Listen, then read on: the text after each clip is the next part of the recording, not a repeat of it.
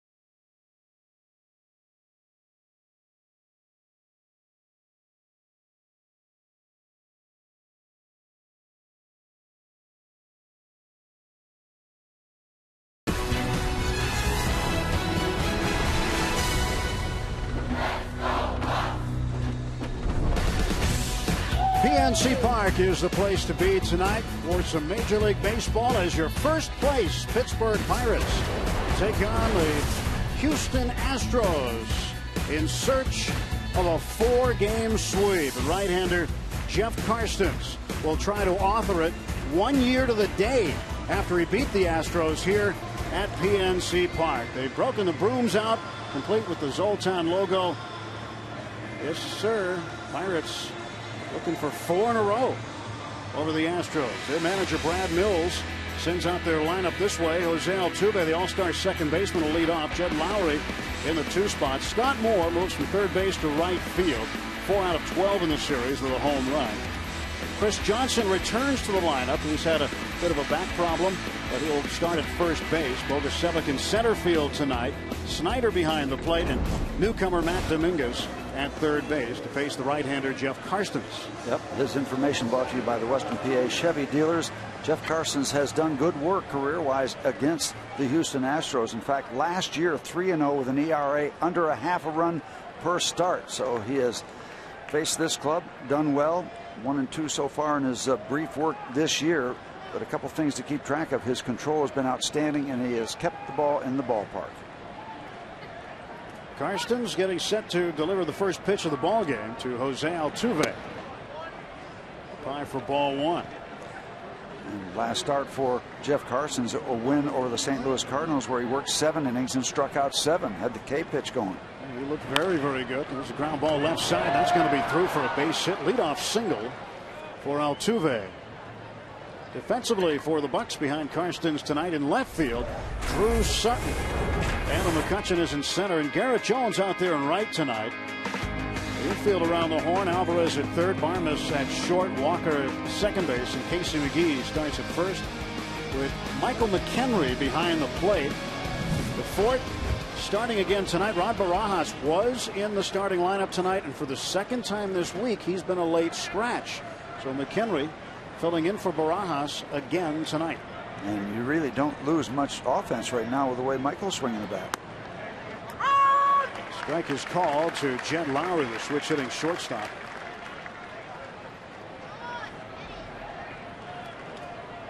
Numbers on Lowry, 255, 14 homers. That's a big number. Leads all major league shortstops in home runs with those 14. And the 0-1 from Karstens on the way, with Altuve getting a big lead off of first base. Altuve a threat to run. He has 13 steals on the year.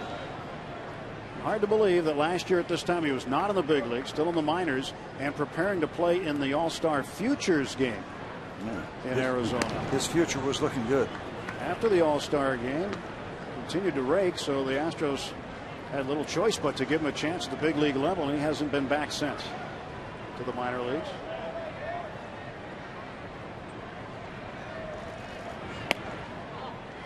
One and one to Lowry. Jeff Karstens, in his last 3 starts, or I should say his last 3 decisions, over 6 starts, 0-3 at PNC Park. But again, it was 1 year ago today he had a victory over the Astros. That's his last win at PNC. 5th of July 2011. It was a 5-1 win. He defeated left-hander Wandy Rodriguez that night. There goes Altuve. McHenry's throw down, not in time. Stolen base number 14, and the Astros with a runner in scoring position right off the bat. No surprise, Altuve, that's part of his game. And you combine the fact the Pirates have struggled with base runners, base stealers. A lot of steps. When you count that many steps before the ball is released by the pitcher, it's going to be a problem. So this is career start number 8 for Jeff against Houston, 4-2 overall.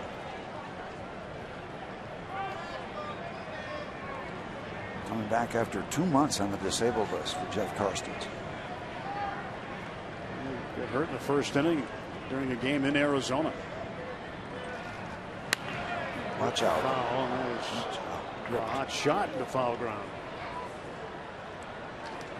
Karstens won on Saturday, as you mentioned, 7 strikeouts.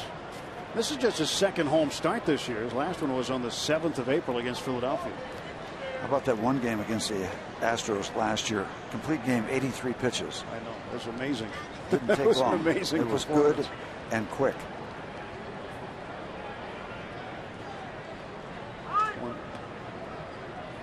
One ball and 2 strike pitch will wait. Time is called.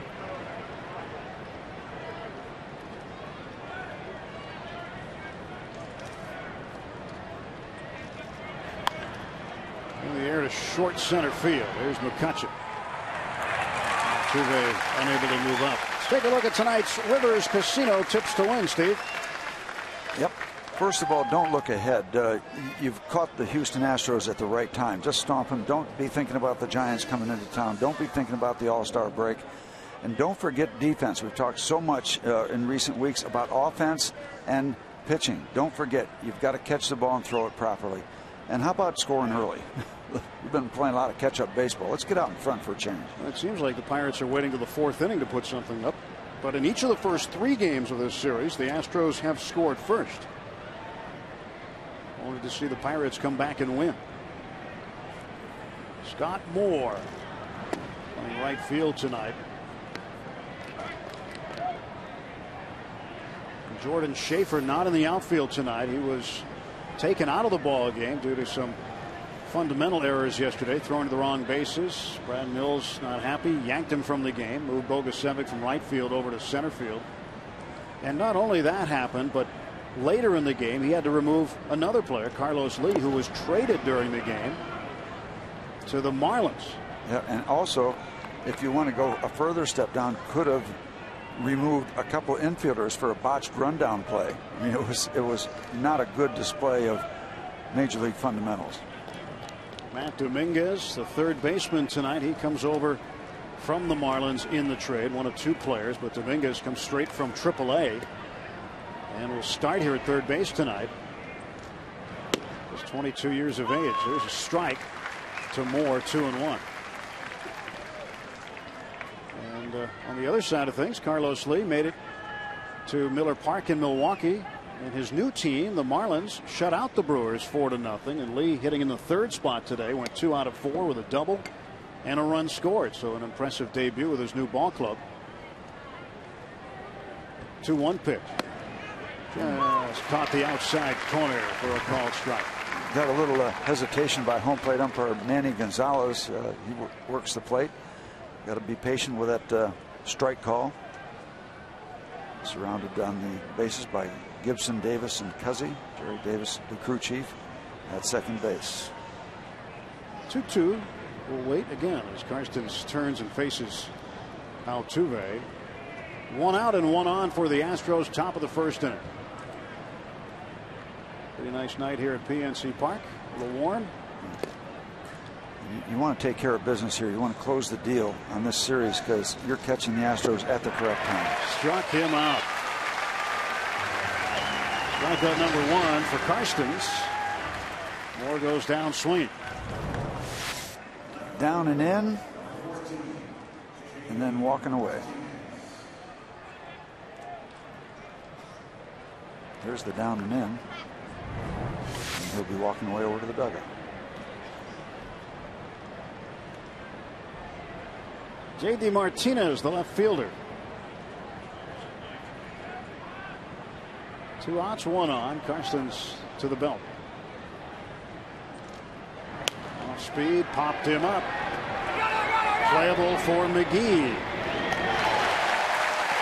And the Astros strand a man at second base. Karstens through a half inning. Pirates coming to the plate when we return.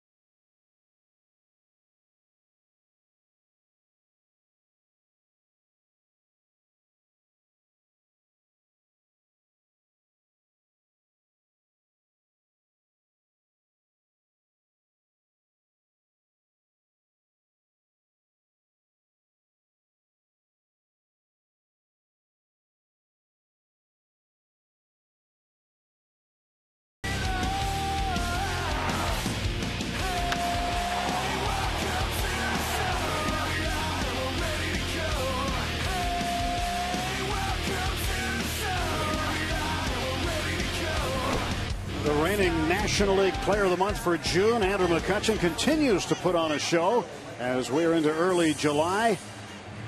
Hottest player in the big leagues right now, Andrew McCutchen, heading to the Midsummer Classic in Kansas City next week.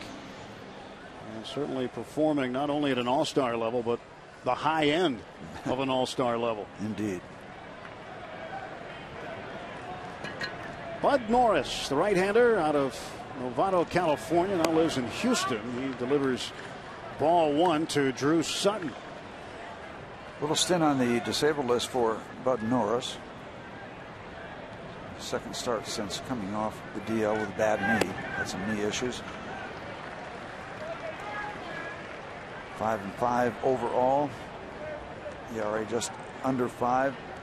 He has had some good performances against the Pirates. 4-4, 9 starts. No stranger to the Bucks. Bud Norris. Sutton, a slow roller to the right side. Altuve will handle it. And Sutton is out. He's the leadoff guy. Let's see who's coming up next as we look at our Toyota lineup. Set out by Clint Hurdle, Pirates manager. Sutton and Walker. Neal right now with an 8-game hitting streak. 14 out of 34 during that time. He scored 11 runs. And Kutch follows him. Highest batting average in the National League at 360. And in baseball at 360. Garrett Jones, Casey McGee, Pedro LaFort, Barmes, and Karstens hitting 9th against Bud Norris.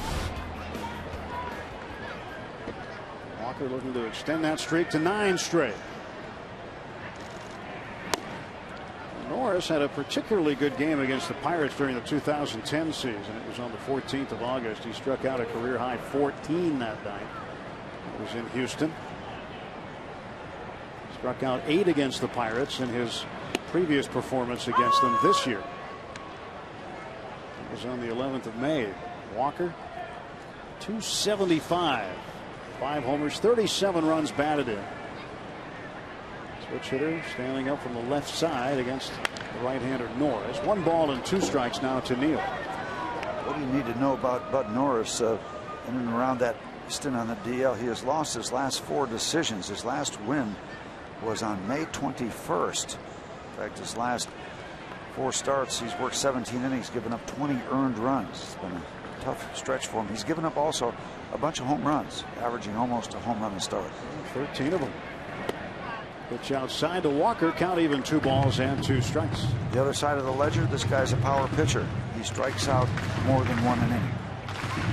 You want to see a fastball, kind of a slider. Not really a big loopy curveball or anything like that. He'll throw a hard slider and mix in the changeup. To go outside again, and the count full to Walker. Andrew McCutchen waiting for his turn to bat. He's on deck. 1 out, bottom of the first. Drew Sutton led off for the Pirates. Broken bat, ground out to second base. And Walker takes ball 4, and a man aboard for McCutchen.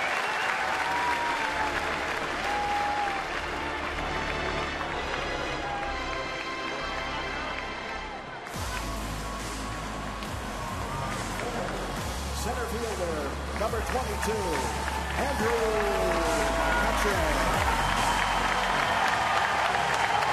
Do you think they like him around these parts, Steve? Yep, and why not? We all do. Count us in on that. We're all in on that program, as Clint would say. Well, you remember where the Pirates drafted him. He didn't look anything like he looks like now in terms of being able to be a guy who hits for the power he hits for. He's built like a new bat boy. McCutchen takes ball 1. Saw him in the tunnel really right after they signed him out of high school. Very, very slender. He's gotten so much stronger. He got a little bit taller, but just really, really a lot of strength in that body right there. And a lot of excitement, a lot of speed. It's fun to watch hit. It's fun to watch run.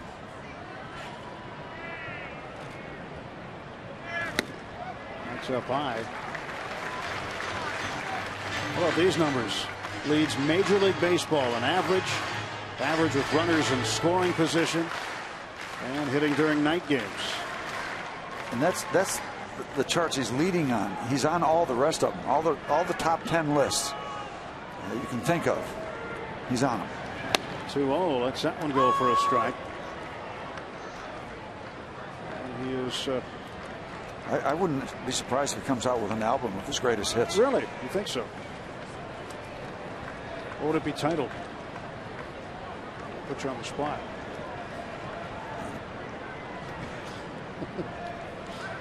Throw to first base and Walker gets back.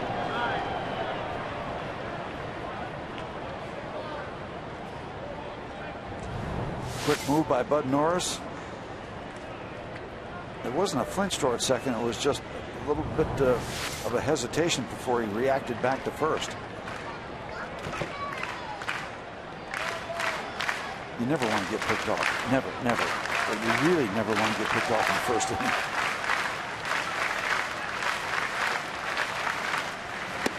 Inside 3-1. And Walker's done a good job taking second base. He's 7 out of 8 in stolen bases. But the one thing that's misleading about that number, the one time he was caught at the plate on a botched suicide squeeze. So it counts as a caught stealing. But in terms of taking second base, he's 7 for 7. Norris ready for the 3-1.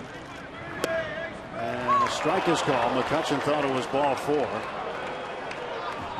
I thought he was going to start to unstrap that shin guard. Norris gets the call. Happens. Former Pirate Chris Snyder doing the catching. 3-2. Walker at first, 1 out. Bud Norris waiting for a sign from Snyder. He's got it. Now payoff on the way. There goes Walker. Swing and a miss. Strike 3. Snyder's throw. He got him. A strike him out, throw him out, double play. First time Walker has been gunned down at second this season. We played a full inning at PNC Park. We're scoreless.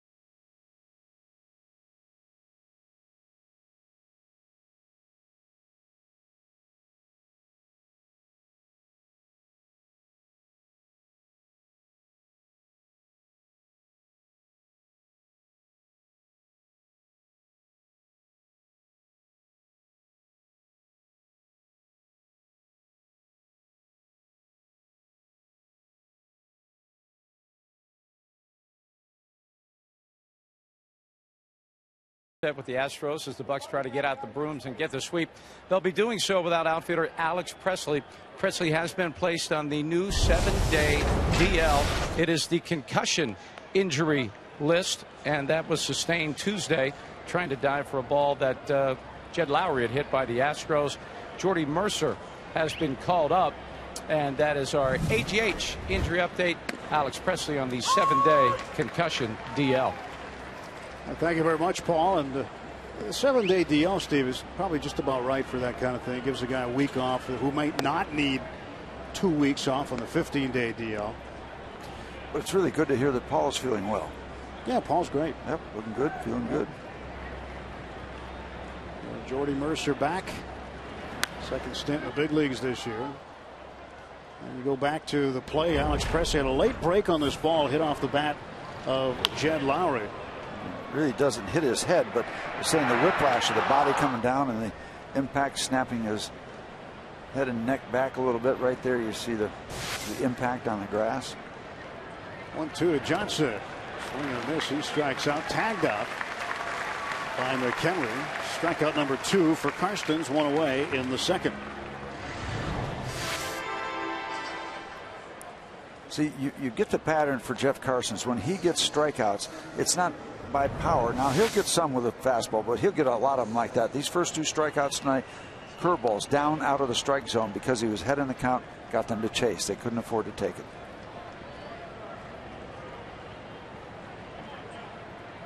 Well, good things happen when you're ahead in the count as a pitcher. You've got some wiggle room, first of all, with what the count is.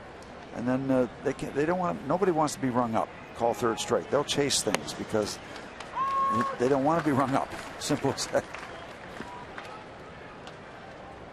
Ray Searage, one of the happier pitching coaches around baseball. I think he's happy. How about Greg Ritchie, batting coach? Yeah. Strike 2 to Bogusevic, and because of the way things, I mean, the pitching's been pretty sustained throughout the year. But for Greg Ritchie, there were times I'm sure he was left scratching his head back in April and sometimes in May, but things have really worked out. And I'll tell you something about Greg Ritchie too, because I interviewed him long before all this started, back in the kind of the middle of May, and he was just as cooperative and receptive to talking about the struggles and what the guys are trying to accomplish. You learn a lot about people when things aren't going extremely well. You learn a little bit about character. 1-2, struck him out. And where was that pitch? We'll take a look, and I'm really not guessing. That pitch is downstairs. There you go, Jeff. They're going to chase this kind of pitch. Down out of the strikeout. Not even close to being a called third strike or a strike. He's got a lot of downward movement on that breaking ball tonight. And if you're going to miss downstairs, miss down out of the strike zone. His former battery mate steps in, Chris Snyder.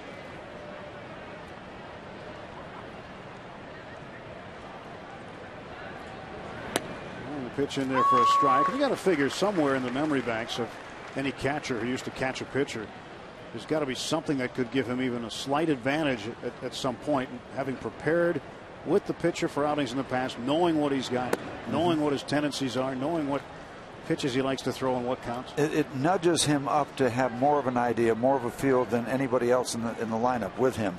But still, he has to react to what that pitcher is throwing. Here's the 1-1. 2. Downstairs. Yep, you do. You have a feel for what he throws, what his pitches do. But again, there's not much time after he releases the ball until it gets to home plate or toward the area where you have to make a decision. So, my mind still give the nod to the pitcher. Helps him a little bit, but I'll go with the guy throwing it. Ground ball toward the middle. It's poked into center field for a base hit. Snyder, almost an emergency swing, it looked like. Yeah, it sounded a clonk like he hit it out at the end of the bat with a late decision to swing. Yeah, that was a better swing at it right at the last moment, because that was one of those borderline pitches too. It was a seeing eye single right back past Jeff, just crawling its way to center field. Second hit off of Karstens in the ball game. Altuve had the other to lead it off. See, you were right. You win the argument. He knew exactly what was coming. He just blistered it. See, I told you. I wouldn't say he blistered it. No, I wouldn't either. Again, after saying it once. He was just trying to protect up there. 2 strikes on him. Yeah, it was a borderline pitch. Again, you don't want to be called out on strikes. Here is Matt Dominguez making his debut as a Houston Astro. Dominguez came over from the Marlins organization for Carlos Lee yesterday. Also, left-handed pitcher Rob Rasmussen. So Lee, already with the Marlins, played in the game today in their 4-0 win over the Brewers. And Dominguez, who played in 17 games with the Marlins last September when he was called up, made his major league debut last fall. But it's the first time he's been able to play in a game before September. And Karstens introduces himself in a nice way. Jeff strikes out the side in the top of the second.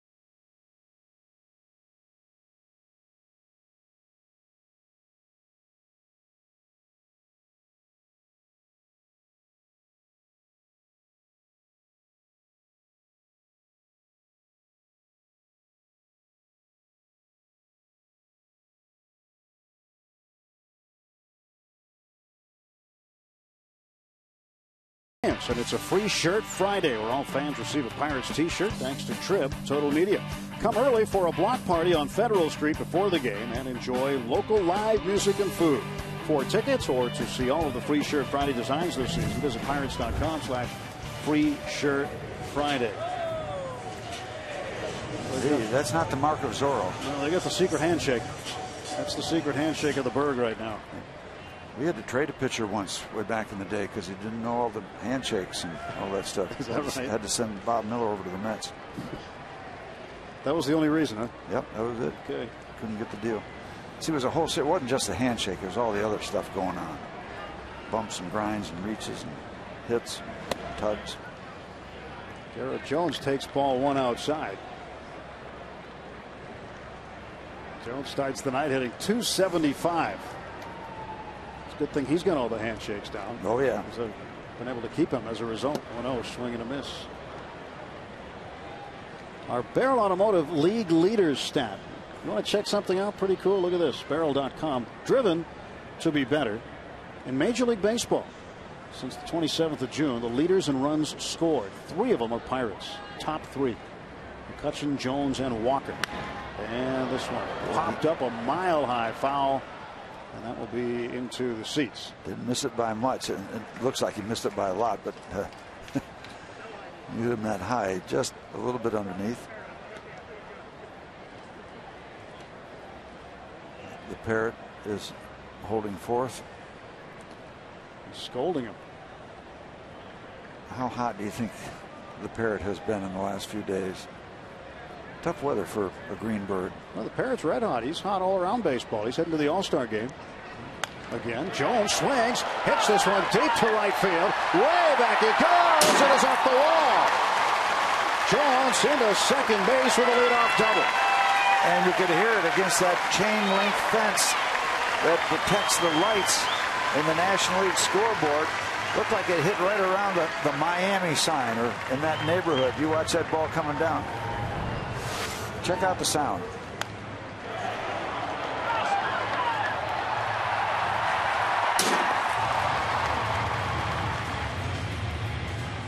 For Garrett Jones, this is career double number 100.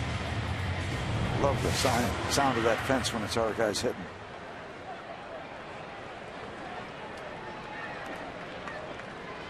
Okay, maybe right under the U in National League U.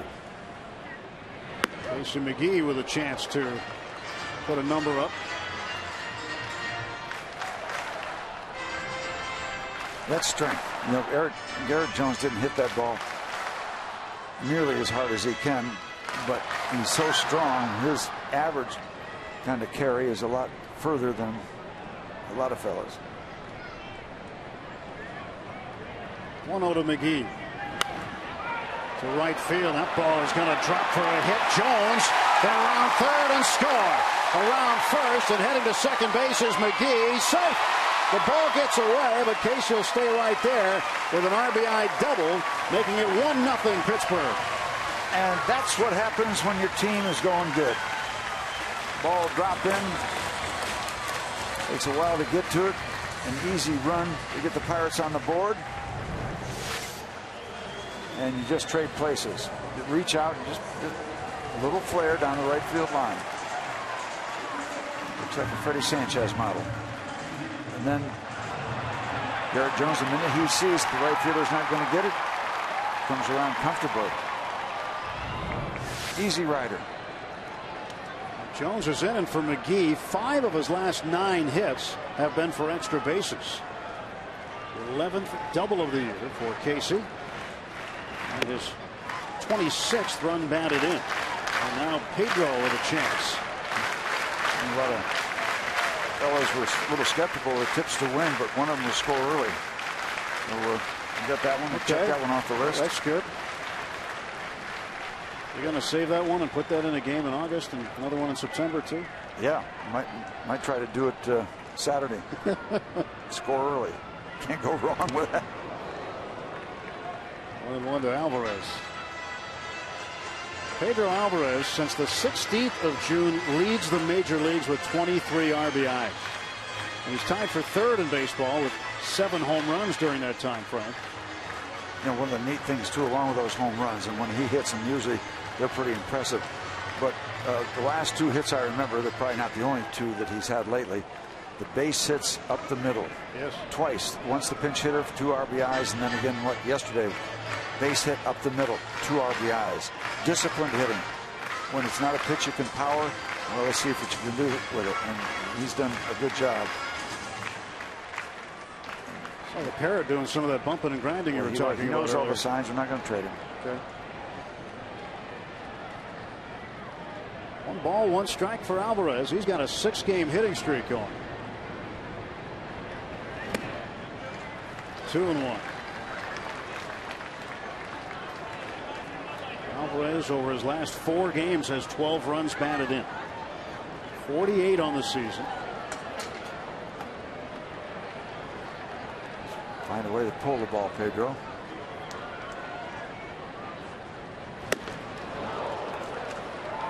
That was a tough one to pull. 91-mile-an-hour fastball up and away. It's hard to turn that back around. Let's take a look at it. Location up and away. You're trying to pull the ball to move the run over to third. That's a tough one to accomplish that with, and he knows it better than anybody. But Norris set now, the 2-2 to Pedro. To the right side. That's the man over. Johnson will field it, take it himself. For Alvarez, a productive out. As he grounds out to first base, and down to third is McGee. And you get that guy to third base with less than 2 outs, that can be productive. Yep. Had a chance to talk with Pedro. Caught up with him. I haven't talked to him in a while, but asked him if he's having some fun with this. And he got that kind of little smile on his face, and you got the idea that he is. He's enjoying it along with his teammates. Getting the job done. Doesn't have to be pretty. Get the runner over to third. Simple situational hitting there. Yeah. Pedro coming through. It's okay to make an out sometimes, you know. That's why there's good outs and there's bad outs, and that's a good out. Moves the guy up 90 feet. Now the Fort will try to get McGee in. McGee 90 feet away. Pirates with a 1-0 lead, bottom of the second. Infield playing halfway. Not all the way into the grass, even with the bags all the way around. 1-0 to McHenry. Michael hitting .247. He has 6 home runs and 17 runs batted in.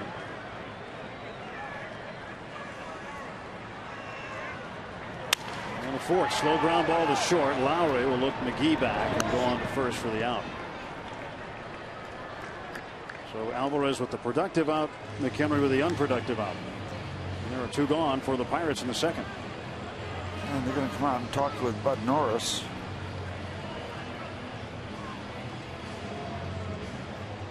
And that's Brad Mills, and he wants to have a conference right away. No misunderstanding. This is not the pitching coach. And I don't know whether you would be discussing the fact, do you want to pitch to Barmas and then, or do you want to work around him and work against Jeff Karstens, or maybe just telling him what he wants him to do. Well, Brad Mills is trying to do whatever he can do to win a ball game. This team has 2-8 in their last 10. They've lost 7 straight. They have the worst road record in Major League Baseball at 9-31. Every once in a while, you catch a team like that at the right time. The Pirates have caught the Houston Astros in this very difficult time for them. Well, I brought that up to Clint Hurdle at the start of the series, saying you're facing a team that's the worst road record in baseball. How do you not fall into the trap of saying, okay, we should go out and win every night? Ground ball to third. Dominguez fields, throws over to first base. McGee is stranded, but he was able to get Garrett Jones in. Pirates, after 2, lead it 1-0.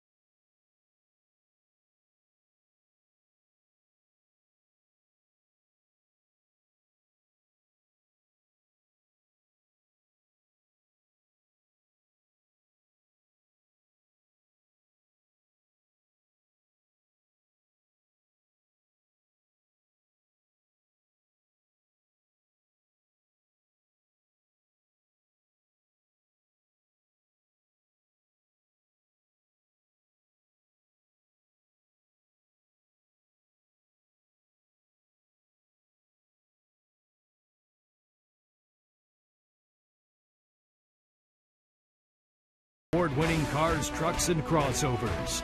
By your Toyota dealer, where quality, dependability, and good MPG all come standard. Toyota, moving forward. And by Day Automotive, we're going to make your day. Let's go Bucks! Pirates with a 1-0 lead, and they brought the appropriate tool tonight, the broom. As the Pirates hope to earn a 4-game sweep. Bud Norris, line shot of the first pitch right into the glove of McGee. 1 pitch and 1 out in the Astros' 3rd inning. Yeah, you want to get that out. That's the pitcher. That turns the lineup over, and that ball could still be rolling down the right field line. Nice reaction play by Casey McGee. And another part of our tips to win. Don't forget about defense. It is a big part of your ball game. You don't strike everybody out, although Jeff has done a nice job of getting some Ks early. Another one of those kind of overlooked tips to win. Altuve takes. You were talking about a sweep. Pirates trying to get a sweep here tonight. It's tough enough to get a 3-game sweep. It's even harder and more rare to get a 4-game sweep. And the last time the Pirates swept the Houston Astros in a 4-gamer, you got to go back to 1979. Altuve in a no man's land, but Jones is there to make the catch. Long came Jones. Jones galloping over toward the line to record the out. Quickly 2 down for the Astros. Full stride for the G-man. Slice and dice out toward the right field line, and here comes Garrett. You know, we talked about a ball falling in like Freddie Sanchez used to do. It just showed up on the board. He's going to have back surgery. Freddie Sanchez is going to miss the rest of the season. He had injury issues last year with the Giants too. This year again. Jed Lowry takes strike 1. But getting back to that sweep number, the reason it was a 4-gamer, they had a double header over 3 days, so they had 4 games in 3 days, and they swept them all July 19th through the 21st in 1979 at Three Rivers. There have been 3 of them here at PNC Park, all of them coming against Milwaukee. And a ground ball to second base. There's Walker, and a very tidy 5-pitch inning for Jeff Karstens. Could it be the year of the Pirate? Bucks lead at 1-0.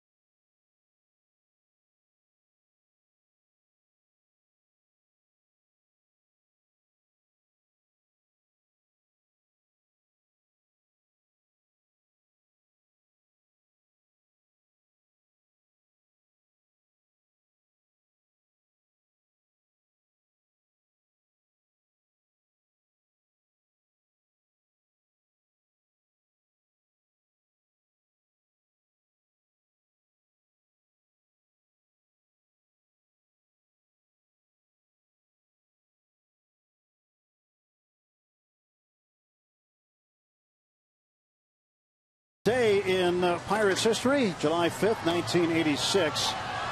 Well, he's missing in action. Bob Walk. Oh, there he is. He recorded his 3rd career shutout, allowing only 4 hits in the Pirates' 5-0 win in Los Angeles against the Dodgers. July 5th, 1986. This day in Pirates history. Brought to you by Day Automotive. We're going to make your day. Great job. He's really old, isn't he? That's a long time ago. That is a long time ago. Do you think they had to recreate the game back then on radio? Could be. But you got to enjoy that recreation. Shutouts are a good thing. All the way from the West Coast. They must have had to use Morse code to some kind of teletype. In LA, did they say? It was in LA. Yeah, it's hometown too. Yeah. Yep, from the home folks. Yeah. He's an LA kind of guy. Same stadium he was thrown out of as a kid. Yep. Jeff, that's a whole other story. Yeah, not in the game. He didn't get injected by the umpire. He was a spectator. He was asked not to ever come back. And the next time he was there, he was on the mound. Well, he could have got thrown out by an umpire. He got in that fracas with Kevin Gross and Jim Leland back in the day. Very involved. Cost him a win, too, didn't it? I believe it did. 0-2 pitch to Karstens missed. 1 and 2. Well, Bob was never involved in anything silly or not. Mike LaValliere tells me the story about when they were in Montreal. When every time an opposing pitcher would throw over to first base with a runner on, they'd put the chickens up on the scoreboard. Chicken, yeah. And so Bob continued to do it, and he did it 13 straight times. Just to hear the chicken squawk. Just to hear the squawk. He did it 13 straight times before Jim Leland came out and said, "Are you done?" So there are Bob Walk stories galore about Ray Miller, his pitching coach, coming in and tell Jim Leland. Leland said, "What did he say to you?" He said, "Well, Bob told me," he says, "I'm visualizing a telephone pole on home plate and I'm trying to throw my curve around it." Now, how are you going to argue with that logic? Yeah, at least he's thinking about it. Chris Snyder has taken a couple of foul balls that have caught him pretty good right in the mask. Oh. It knocks it sideways. And that's frustration, too. It's that, why? Why me? Why does that happen? On the shoulder, too. And Karstens earns himself a base hit. And Moore had to make sure he kept that ball in front because it had a little juice left on it and wanted to take a kind of a funny spin. Go, Jeff. So both pitchers have hit the ball hard. That's Jeff's first hit of the season. With authority, nothing cheap about it either.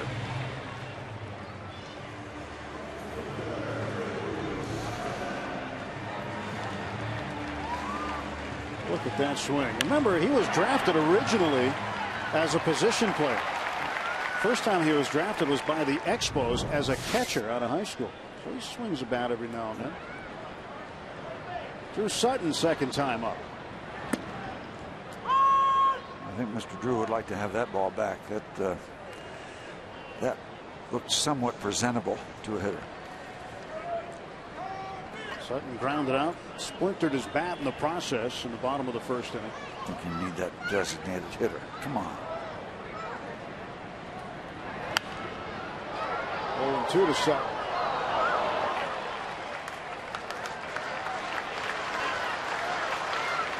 Well, for a guy like Drew Sutton, sort of lives a nomadic existence. He was in the minor leagues with the Braves, gets traded to the Pirates, gets picked up by Tampa, let go by Tampa, picked up by the Pirates.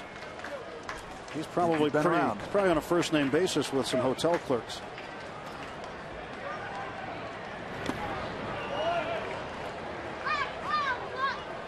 And it's tough. It's part of the life of a baseball player who is trying to catch on with a ball club like Sutton. Well, here he is doing well. I'm looking at Chris Snyder. He's taking a beat, and also he is a big man. That chest protector looks like a bib. He's big. He's getting ready to eat lobster. Yeah, and as much of it as he wants. 1-2 coming to Sutton from Bud Norris. Inside 2-2.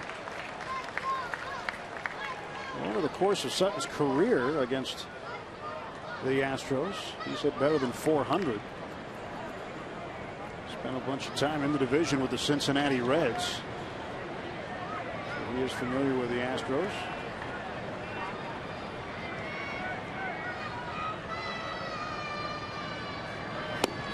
And Sutton down on strikes. Bit of a late swing.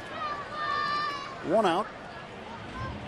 It's a timely one for Bud Norris right there to stop things as they get started from a hit by his mound opponent.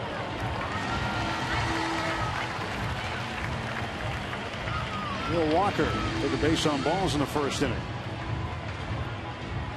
An 8-game hitting streak right now for Neil, trying to extend it. Bud Norris out of Cal Poly San Luis Obispo. That's where he went to school and pitched.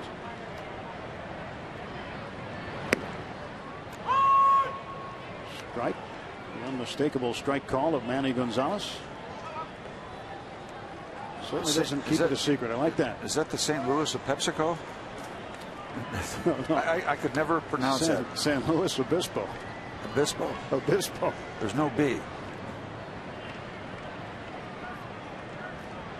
0-1 pitch coming. And a swing and a miss, 0-2.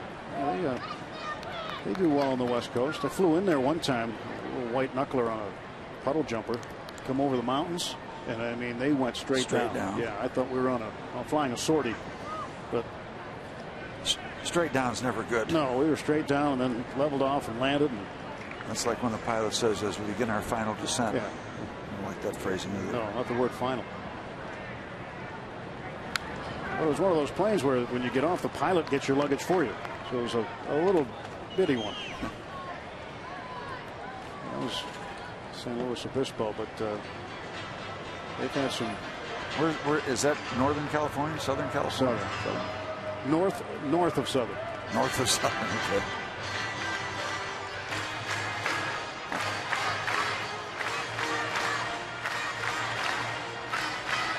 No balls, 2 strikes. We took a ride down the California coastline shortly after the earthquake in the World Series. What was it, 89? Yeah. I mean, we had practically that whole part of the state to ourselves. It was a lot of things that were scheduled weren't happening. It was a scary time. 0-2 to Walker. In the air to left. He got this one pretty well. Ball is carrying, going back, and it is off the track over the wall for a double. Karstens will stop at third. Hey, you're exactly right. That ball had a tremendous amount of carry to the 383 sign up in the air, and it looked for a moment like Martinez kind of had it measured. He was playing fairly shallow, so he had a trip to go back, and then he just never stopped going back.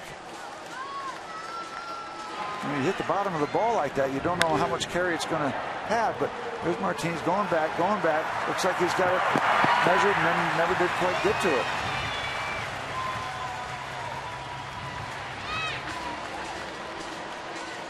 Didn't miss by much. And Norris. Oh, wait a minute. No, I don't know. Not again. I don't know about that. When you, it's almost like a reflection on your outfielder. J.D. Martinez has had a rough series on the base paths, and now his pitcher might be a little upset with him. McCutcheon swing and a miss. As Norris reached back, threw one in there at 92. So for Walker, you saw double number 17, but he's extended his hitting streak to 9 games. And McCutcheon has struck out as part of that strike him out, throw him out double play in the first, trying to get Walker in. Is there any temptation at all to work around Andrew in a 1-out situation and set up a double play? Apparently not.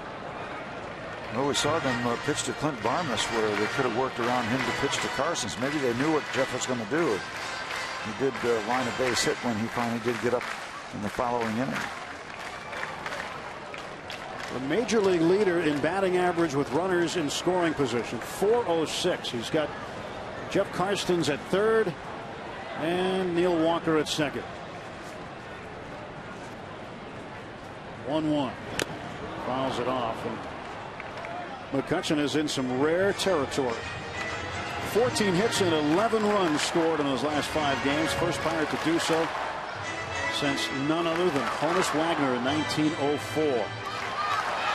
Wagner's Select Company. He's got his number there. Of course, a statue out on the corner of General Robinson and Mazeroski Way. 22 and number 33. Norris got him the first time up. Part of a strike him out, throw him out, double play. Norris ready to go with the 1-2. Runners off second and third.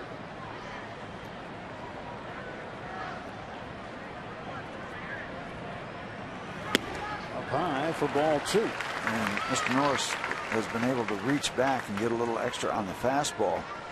the last few that he's thrown. That one 93, 94 miles an hour. And he's got the luxury. He's got first base open against a very dangerous hitter. If he walks him, really there's no damage done. So he can try to make his kind of perfect pitch. Fills it up at 3-2. McCutchen is 7 out of 29 in his career against Norris. He does not have a home run against him. Well, Snyder wants to talk with Norris again. That is a big man heading to the mound.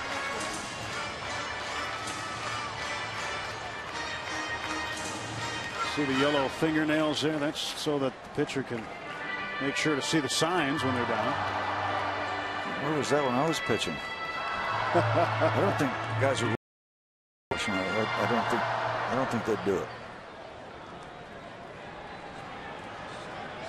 Although Manny Sanguillen put tape around his fingers so we could see the signs. Well, that was the precursor of it, I guess. That was very common.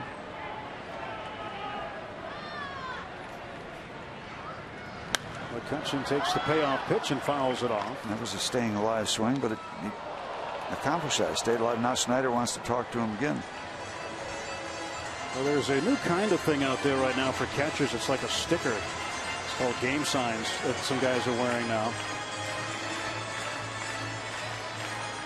This is like, you know, it reminds you of Crash Davis coming out to talk to Nuke Lelouch or whatever his name was. Nuke Lelouch, yeah. Tim Robbins. Ebby Calvin, Nuke Lelouch. Yeah.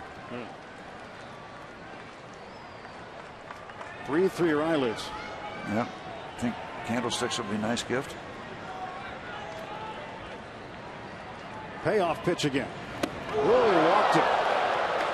Up and in. And the bases are full of bucks with one out for Garrett Jones. Now you could see Norris trying to make a perfect pitch when he got out in front in the count with first base open. Fastball nowhere near the strike zone. Andrew escapes injury and damage.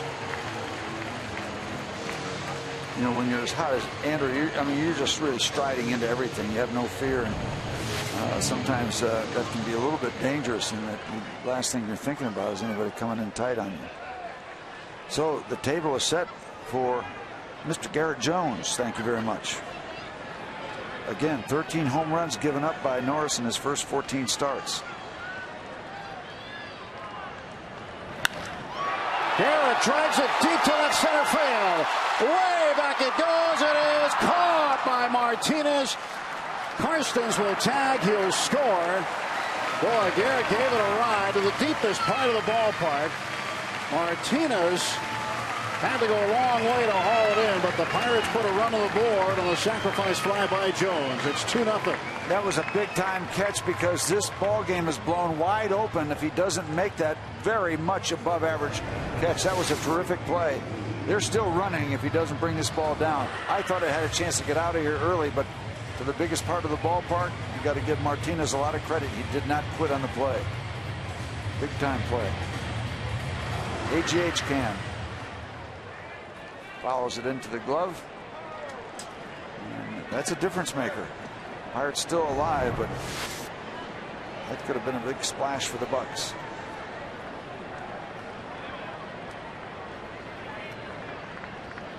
Jones does not have a grand slam in his career, and he came very close to his first right there. I thought he had it. I really did when that ball took off because of the way Walker's ball carried.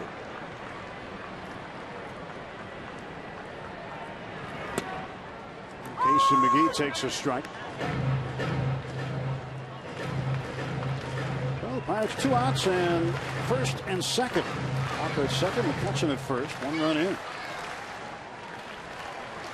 Keep adding those runs, and if Karstens can keep throwing up zeros, things will be good. Especially when he has those 5-pitch innings. Got him. So McGee struck on the hand by the pitch. And the bases are loaded for the second time this inning. It's the 5th batter that Bud Norris has hit. And Pedro Alvarez will be up next as McGee takes his spot at first base.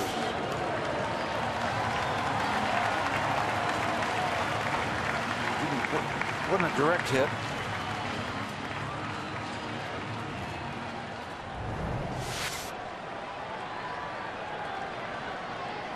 Well, McGee's okay. Base is full for Pedro.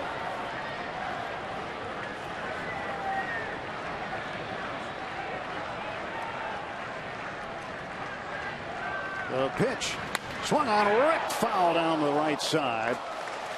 He came up on Saturday in St. Louis with the bases loaded and hit his second career grand slam. Hammered it. Meet me in St. Louis, Louis. Right now the dimension's a little friendlier here at his home ballpark.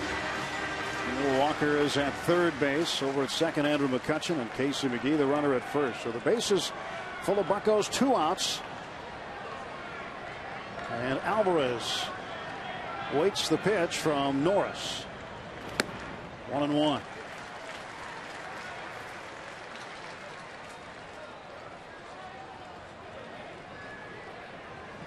.667 with the bases loaded. This season 3 for 3 with the bases loaded. Want to make it 4 for 4. 8 for 12. Good numbers. 1-2 as Pedro takes one.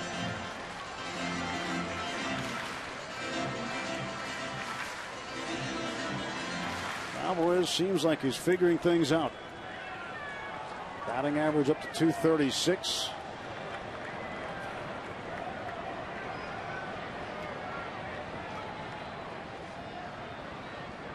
And the 1-ball 2-strike offering struck him out. First time Pedro has made an out with the bases full this year. Pirates leave him loaded but get a run. And after 3 full, it's 2-0 Pirates.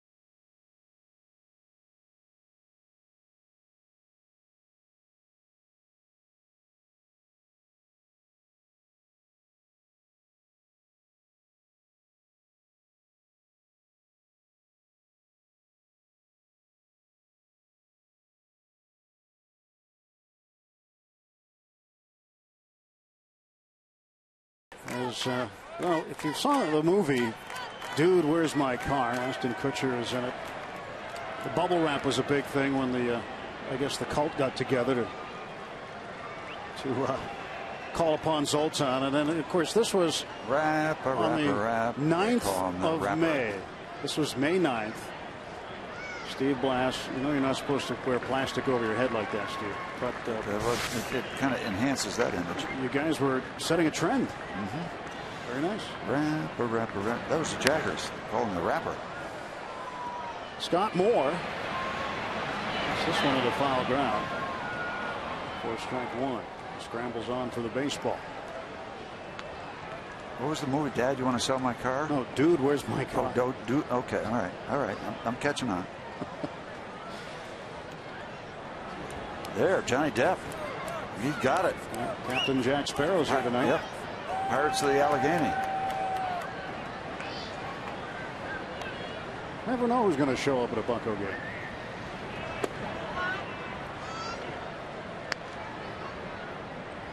Scott Moore showed up. He's got a 1-ball, 1-strike count on him. 0 for 1, struck out first time at the plate tonight. Pitch is low, 2-1.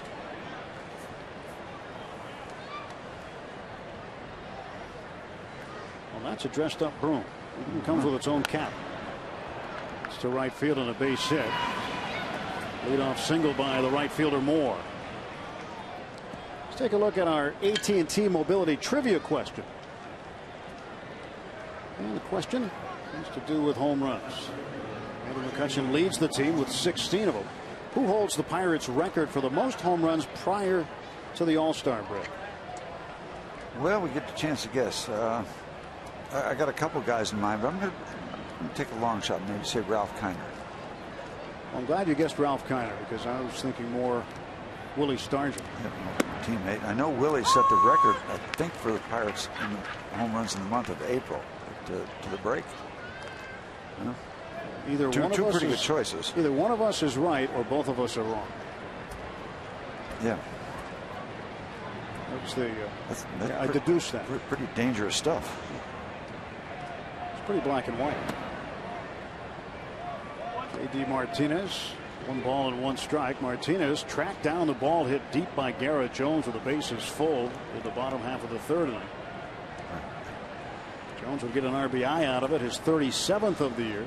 We thought there was going to be a lot more involved on that shot. I thought he got a lot of it. A lot of ballparks, that one's gone. This one is not.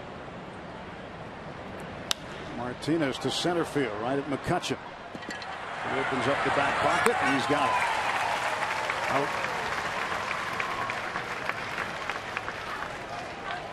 The one gone, and the batter will be the first baseman, Chris Johnson. Jeff Karstens retires Martinez for the first out of the 4th inning.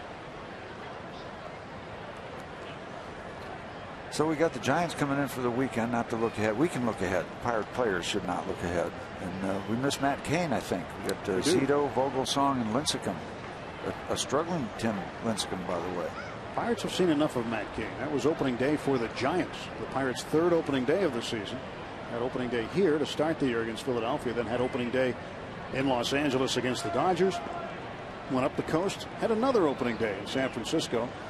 And Cain nearly pitched a perfect game. It was broken up by James McDonald in the middle part of the game. And he was perfect all the way up to the McDonald at bat and was perfect after the McDonald at bat. He would later throw one this year.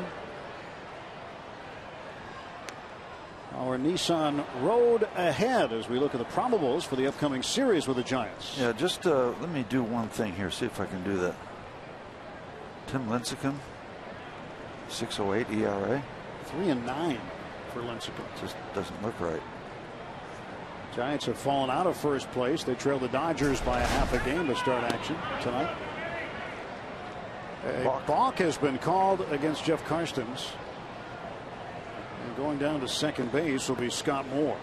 You know, lots of times now they say, pitcher will say, "What did I do?" And the umpire said, "You balked." End of discussion. Didn't stop, maybe. First base umpire Greg Gibson, I believe, made that call. See, I don't. You see, get a different look at that.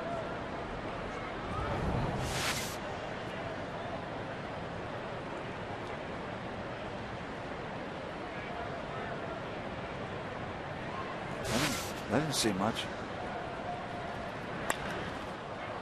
High fly ball to left field. Drew Sutton settling underneath it.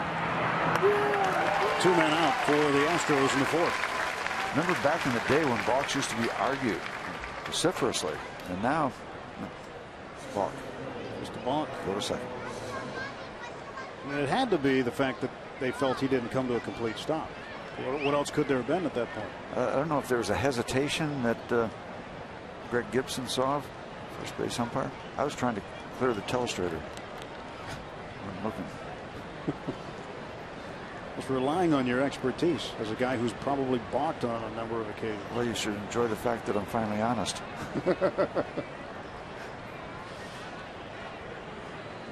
There's Brian Bogosiewicz. Gets inside for a ball. There are a lot of guys that, and I was in a group like that, you kind of bounced, but you did it for years and years, and so it didn't seem like anything unnatural. But you used to use a little bit extra space in front of the rubber, didn't you? No, I never did that. You always had contact with the rubber? I did. I had a teammate who would scratch dirt all over the rubber, so when he needed a little extra on the fastball, the rubber was covered with dirt. It's way inside. And so on a given pitch, he'd gain about maybe almost a foot. And the batter would say, wait a minute, he's way up in front. And the umpire said, well, I didn't see it, but I'll keep an eye on it. Meanwhile, that was called third strike. He got out of a jam. Because he, like Close Encounters of the Third Kind, he had molded a bunch of dirt.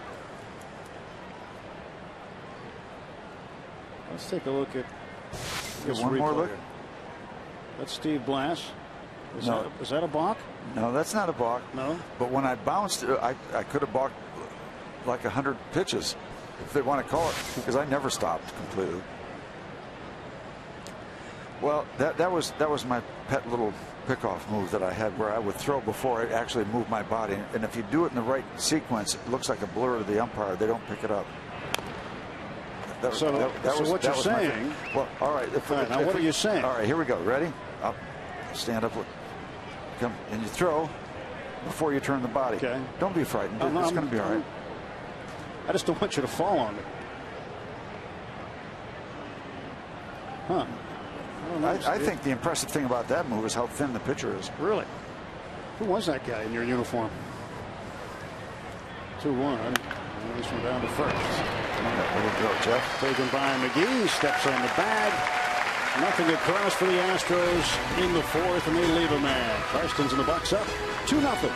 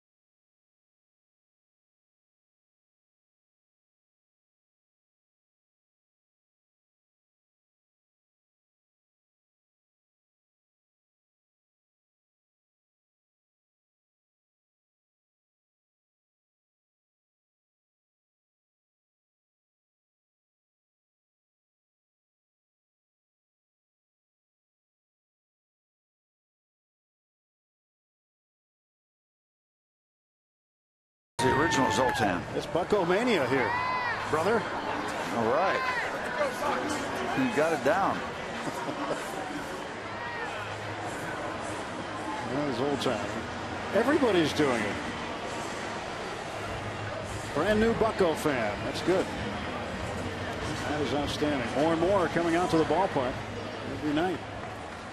Be a busy weekend here with the San Francisco Giants in town.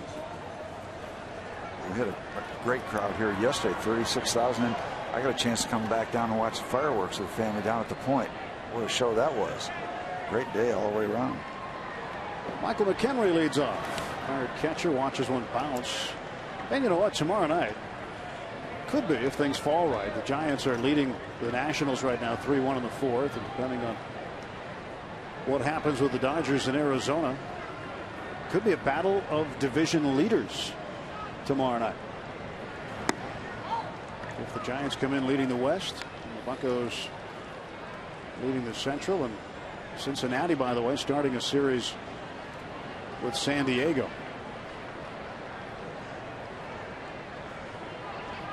2-0 pitch. McHenry up in the air to left field. J.D. Martinez circling around it, but Bogusevic will call him off. And that is out number 1. Our AT&T Mobility Trivia question. You're feeling pretty cocky about this, aren't you? Oh, no, I was glad you didn't pick who I was going to pick. Andrew McCutchen leads the team with 16 home runs. Who holds the Pirates record for the most home runs prior to the All-Star break?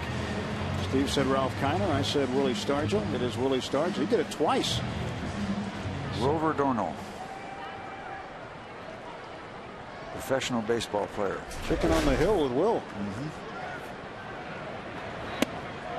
That was kind of neat in spring training this year when pro golfer Jim Furyk, who was born in down in Uniontown but grew up in the eastern part of the state, came to the ball game with his family. He was pitched downstairs. T-shirt, Chicken on the Hill. Pirate and Steeler fan deluxe, Jim Furyk, good guy. 1 out, nobody on for Barmes, who's the 1-1 from Norris. Pirates had a chance to blow the game open last inning with the bases full twice in the third, managed 1 run out of it. And they're going to have, I think, if they want to feel comfortable about this game, they're going to have an inning where they do blow it open. Get some security. Garrett Jones nearly had his first career grand slam, hit it to the deepest part of the yard before J.D. Martinez tracked it down. After Martinez short-armed a ball hit by Walker, Walker would reach on a double, bouncing over the wall. Barnes to right field. After it is Scott Moore. 2 gone for the Pirates in the 4th. But Norris trying to settle in.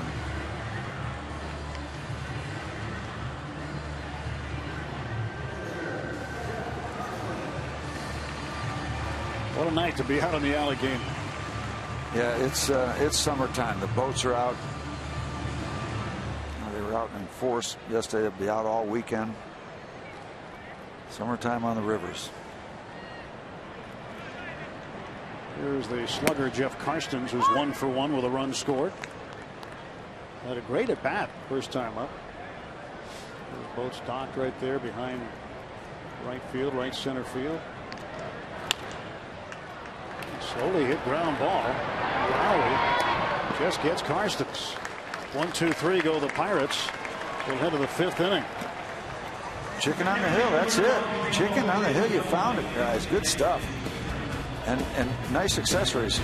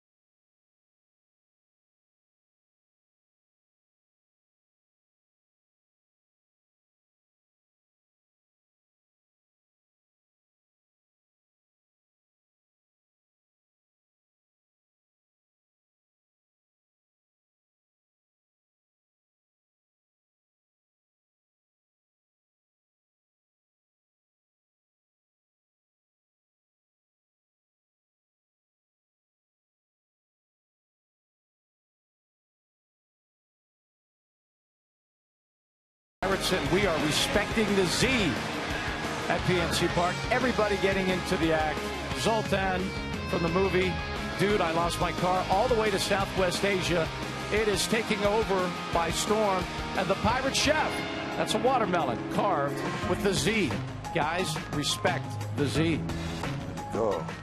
Chef Tony Palatucci. What do they say in the computer? It's gone viral? Yeah. Maybe he. What is that on his head? I'm not. That's a fan right there. I'm afraid of all that. This thing has taken a life of its own.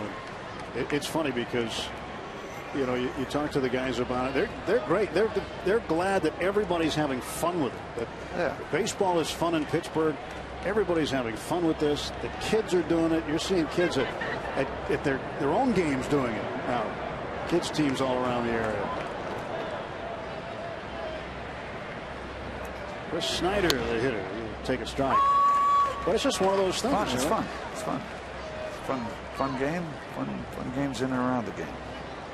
Clint was asked today if he had anything during his time in Colorado in 2007 when they made their run to the World Series. He said, no, you know, they really didn't have anything. He said, but when he was with the Texas Rangers as the hitting coach, they had a bunch of stuff, including the deer antlers and whatever. And he said that there are other teams that would start to make fun of him.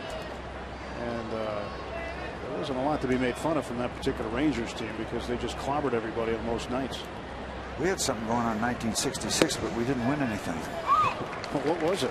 What did you have going on? There was a takeoff. There was an old World War I fighter plane movie, The Blue Max, with George Papard. And we started horsing around with getting medals and stuff like that and giving them out to guys when they go over 4. Can't do it every day. You know, get them next time. Hang in there. I remember getting like 4 or 5. Can't do it every day. Did you wear the fighter's cap? Oh yeah, we did the whole thing. Yeah, I had 23 straight starts without a complete game. They kept, can't do it every day. Just can't do it every day. And we had fun with it. And 2-2 Snyder. I wish it created more wins. Yeah, I read it. I think I remember reading about that somewhere. I can't remember where. Yeah, let me give you a cue. I saw a picture of it somewhere. It looked like a book. It resembles a book with a hard movie. cover. You know, it's like charades. It's a book. Yeah. Got a story about. I don't know anybody who's written one lately, though. Got a story about the Black Maxers in the book. 3-2 pitch to Snyder. Walked it. And Jeff has been very, very good in the control department. But, just 4 walks coming into this start. And this is only start number 6, but just 4 walks is pretty darn good. And walks Snyder to start the top of the 5th. Well, just some perspective on the walks since the beginning of last season. He has issued more than 2 walks in just 2 of his 31 starts prior to tonight. So he doesn't walk a lot of guys. And we like to look at these situations. Now the key man here in the 8th spot, because if you lose him, then you let the pitcher bunt. And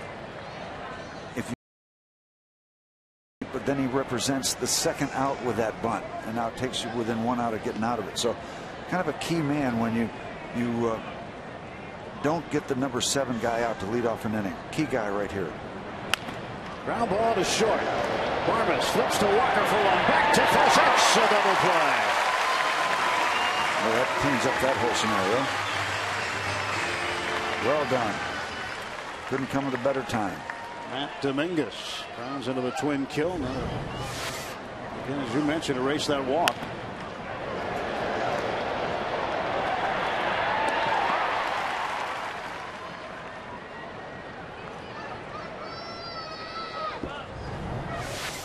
Nice and easy.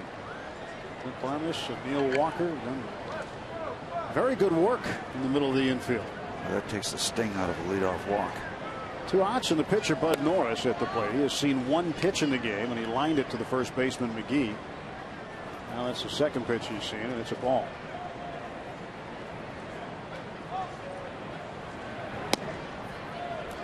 His career is about a 150 hitter. And 167 this year.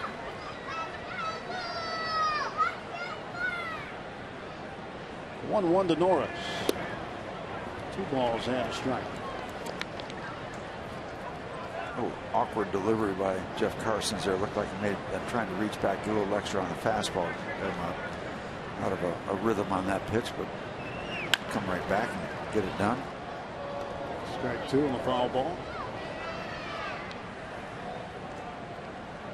Carson's a pitch away from getting out of the inning here. He can get Norris on the next one. Pirates a single run in the second inning, a single run in the third, lead it 2-0.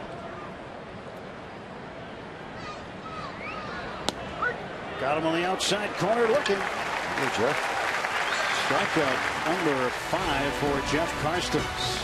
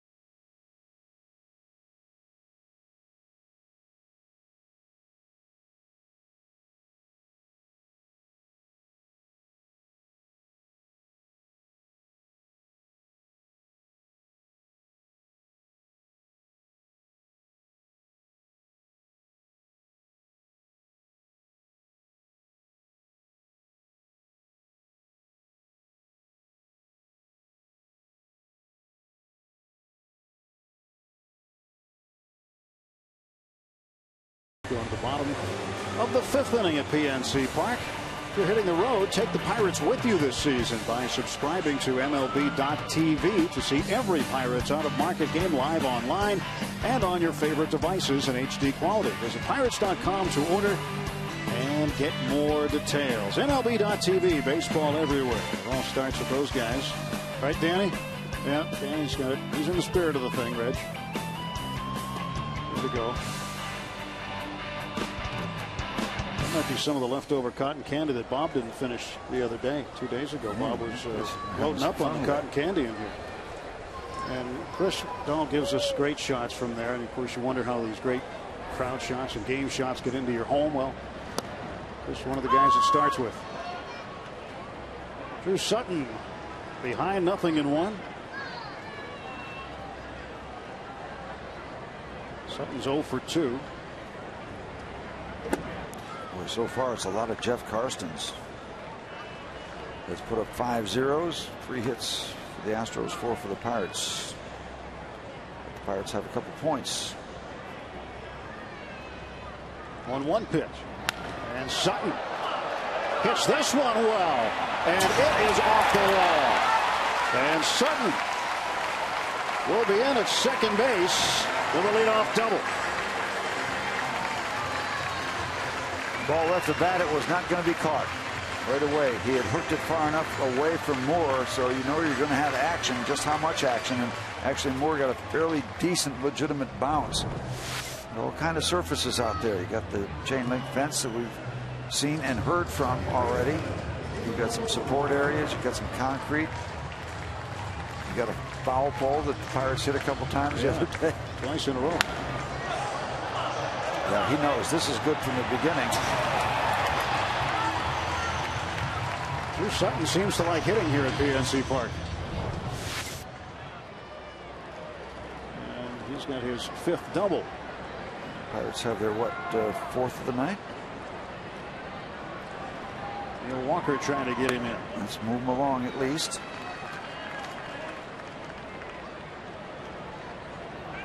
Sutton with the walk-off homer 2 games ago on Tuesday night. His first ever Major League walk-off homer. First ever Major League walk-off hit. He told me that the only walk-off hit he's ever had as a professional was in the minor leagues. You say a couple of days ago, Tuesday, I have been so messed up this week. I think Saturday, I saw yesterday was a Sunday. I can't put it together. You know what's been going on. Of course, the 4th of July falling in the middle of the week. I mean, all these home games bunched together have to be tough on you. Yeah, right. Yeah. Yeah. The home game wins have been very, very reassuring that the world is all right. 2-0 to Walker. 3-0.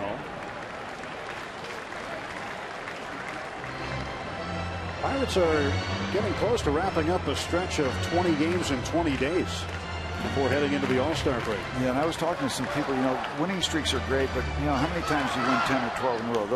Those series you're talking about, or the 10-5. You know, you win 10 out of 15 or 15 out of 20, something like that. You put those clusters together, and that's where you can really make some ground. It's hard to package together a 14-game winning streak, but you can have a good run, a good stretch. Second time Walker has received a free pass. Runners at first and second, and nobody out for Andrew McCutchen. McCutchen yet to get a hit tonight. He's 0 for 1 with a walk. Nowhere for Bud Norris to put him here. McCutchen batting in the bottom of the 5th inning. Pirates with a 2-0 lead. 8 out of 13 in the series. Start of the night is Major League Baseball's leading hitter by average at 360. 358 still gets him there. Sutton at second base. Walker at first, and the pitch coming to McCutchen. Did he go? Yeah, yes, he did. Craig Gibson, first base umpire. The uncertain half swing.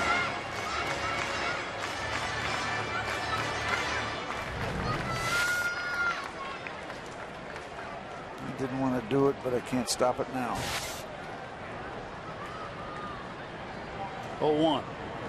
And McCutchen right at Altuve. Boy, they haven't played perfectly. Well, we talk about it as far as range goes. Range is positioning, and if you're positioned correctly, you're going to show the range necessary to make plays like this. Lined up right there. He's almost directly in back of that part of the mound. Line drive. Not much of a problem for that ball to be caught when you're right there to begin with.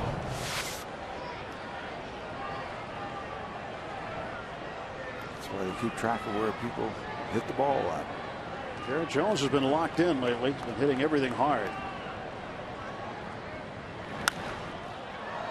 Popped up foul and out of play on the third base side. 0-1 to Jones. Jones doubled and scored in the second inning, and then drove in a run with a sacrifice fly deep toward the notch in left center. Always good to see Garrett coming up with runners on base, especially now when he's real hot. Hitting an even 300 with runners in scoring position, hitting 330 with men on base. Seeing him against a right-hand pitcher who's primarily a power guy, a lot of fastballs. Garrett loves the fastball like most power hitters. Oh, Sutton broke early. Now there's trouble on the base paths. Walker will head for second base, and Sutton's going to be tagged out. So the Pirates run themselves into an out as Sutton left way too early.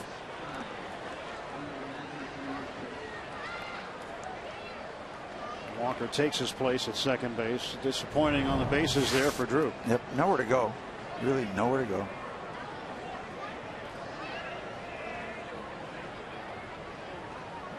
He was caught stealing.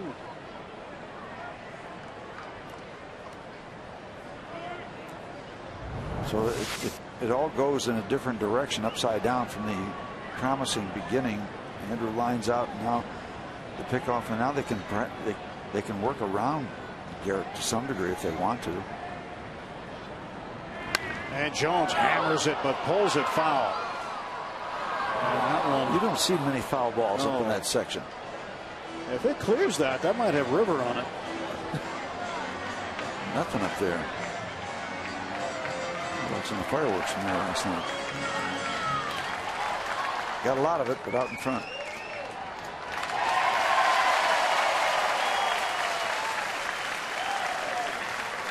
Good cheer from the folks. I think the youngster went up. Yeah, there you go. Got worked pretty hard to get that souvenir. I think it's okay. I don't know. Bumper. Fly ball to shallow left field. Martinez will get under it. Promising inning. It started out that way with 2 on and nobody out. Ends without a run coming in. So high fives all the way around. Whatever, it was worth it. Pirates on top 2-0.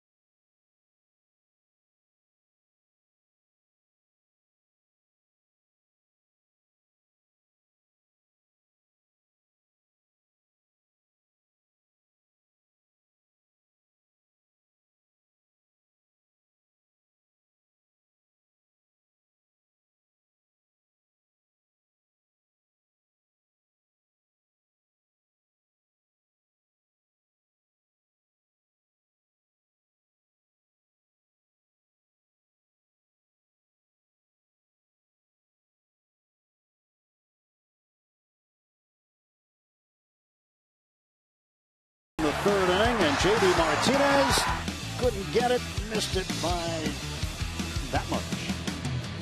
Coors Light Freeze Cam brought to you by Frost Brewed Coors Light. But he did come back and make a top-notch catch against Garrett Jones.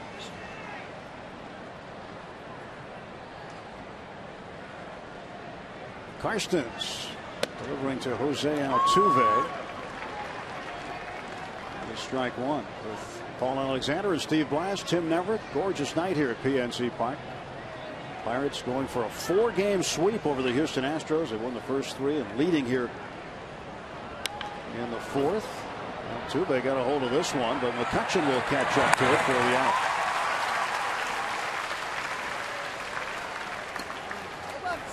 Hannah. How did Hannah do tonight in the pierogi race? Didn't win. Hannah came in. Here comes Cheese. Cheese won it. The win for Cheese, the place for Oliver, the show for Hannah.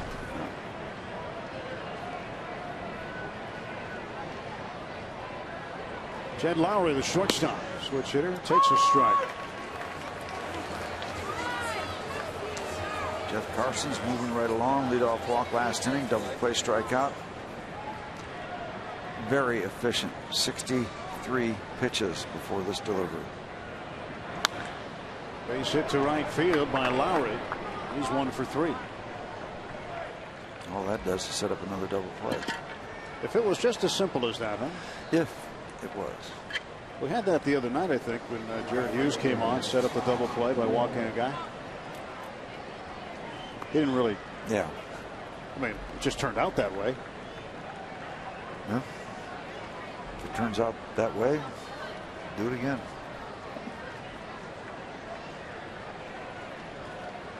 Scott Moore has yet to ground into a double play with the Astros.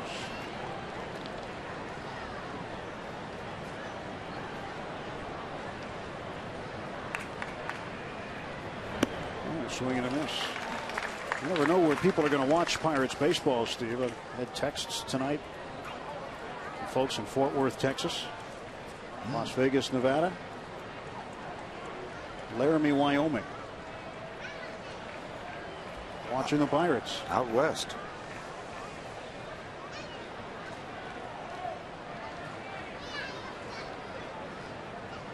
Right, West Mifflin too. Maybe. I think there's a good chance.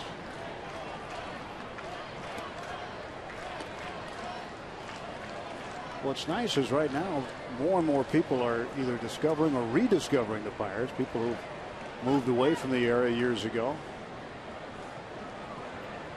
When we travel, we get to meet a lot of folks who are Pirates fans and live in different parts of the country now.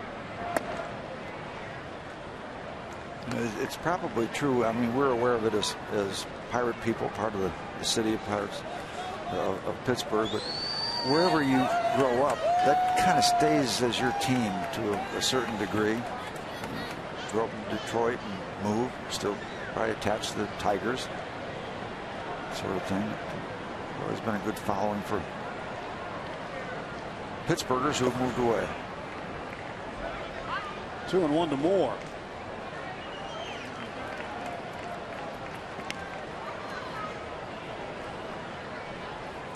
Scott Moore has homered in this series. Hit a home run in the opener on Monday night. They'll all check with Dave Clark for 2-1 possible running situation. They're down 2 runs. Nope, not this time. Karstens delivers that one way outside. 3-1. Dave Clark. He covers a lot of ground. And backwards a lot of the time, too. I'll never forget the collision Dave Clark and Jacob Brumfield. Three River Stadium. Scary. Had wound up with an ambulance on the field. They both survived it, obviously. To left field. Sutton drifts back. 2 out for the Astros. Important comeback for Jeff Karstens there after the 3-1 count. Yeah, Jacob Brumfield, Dave Clark colliding in right center field, and you would think that Dave Clark would not get the worst of it, but he did in that collision. Kind of a scary moment. One of the real good people that are involved in our game, Dave Clark. I wonder how many pairs of shoes he wears out during the course of the season. He's got some mileage. J.D. Martinez, the left fielder, 1 on, 2 out for the Astros. Pirates up 2-0. Breaking ball in for a strike from Jeff. 70th pitch for Karstens in the game. Yep, and a lot of them have been high-quality curveballs. A lot of people think that Jeff doesn't throw very hard. Well, he's 91, and that's plenty hard for a major league pitcher. You know what you're doing. You complement that fastball with another type pitcher too. Another good curveball. 78, and he's got that slop drop curve that'll get down to 66. Yep. So he'll add and subtract quite a bit in terms of miles per hour. Yeah, you can throw that real slow curve in the 60s and then throw a traditional curve that's 72, 74 miles an hour. And that gives you 2 different type pitches. Last year, Jeff and Paul Maholm, who was then on the Pirates staff, had an internal contest between just the two of them to see who could throw the slowest curveball in a game. It's an effective pitch. Yeah.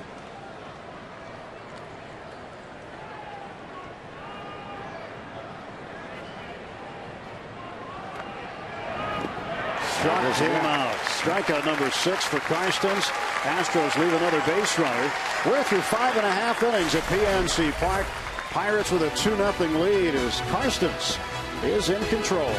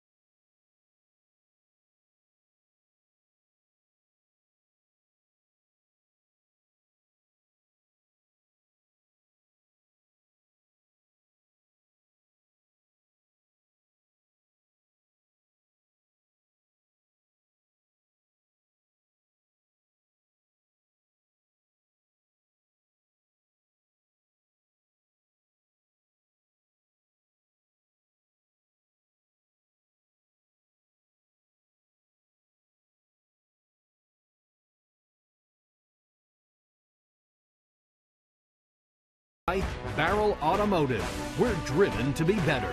By PNC Bank for the achiever in you. And by Chevy Cruise, which offers EPA estimated 42 mpg highway. Let's go Bucks! That was a great catch by Dorcas Hernandez in last night's game. In the Rotunda, they see a 2-0 Pirate lead, headed to the bottom of the 6th. A little too snug right now. Let's extend this lead a notch or two or four. Casey McGee takes a strike. McGee with an RBI double in the second inning was hit by a pitch and stranded in the third. 1 for 1 for Casey. We've had opportunities to kind of break it loose. Had things going in the second inning, came away with a run. Same thing in the third. And a promising beginning in the bottom of the 5th. Didn't produce anything. So a little credit to Bud Norris also for not allowing the Pirates to break it open.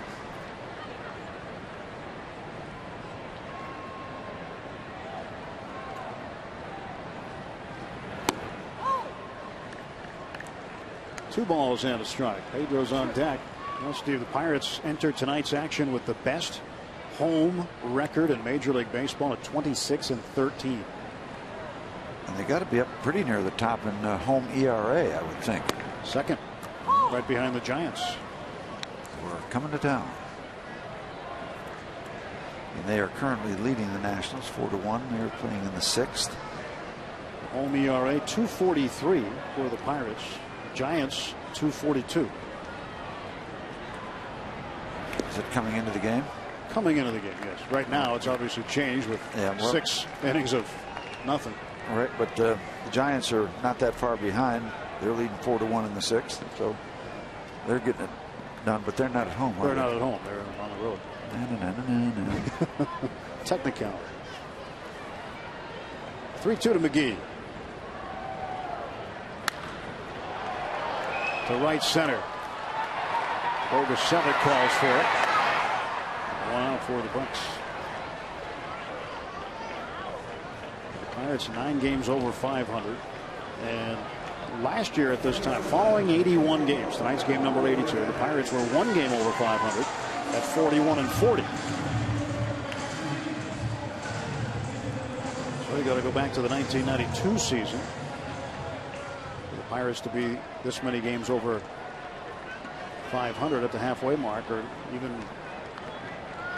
at any point in the season. The Pirates would finish that season 96-66.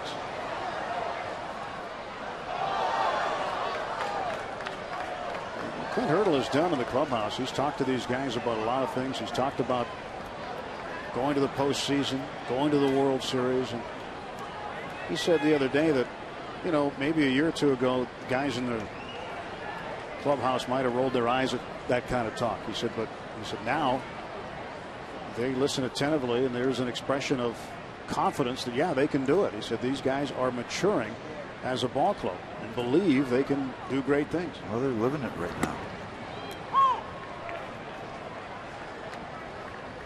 Ron Barajas and A.J. Burnett, they've been there. They've been able to really bring out a lot of the younger players who haven't had the great postseason experiences that those two have had. Did he go? Yes, he did. And Pedro strikes out for the second time. He's 0 for 3 tonight. 2 men gone in the 6th. Andrew McCutchen hopes to get to the postseason. He'll get great exposure at the All-Star game this year. So is there a chance of him starting with Kemp being injured? Well, Braun has been named to replace Kemp. Okay. I see that. So unless something were to happen this week, things change up until Sunday. There may be some additions to the rosters, subtractions to the rosters up until Sunday, perhaps.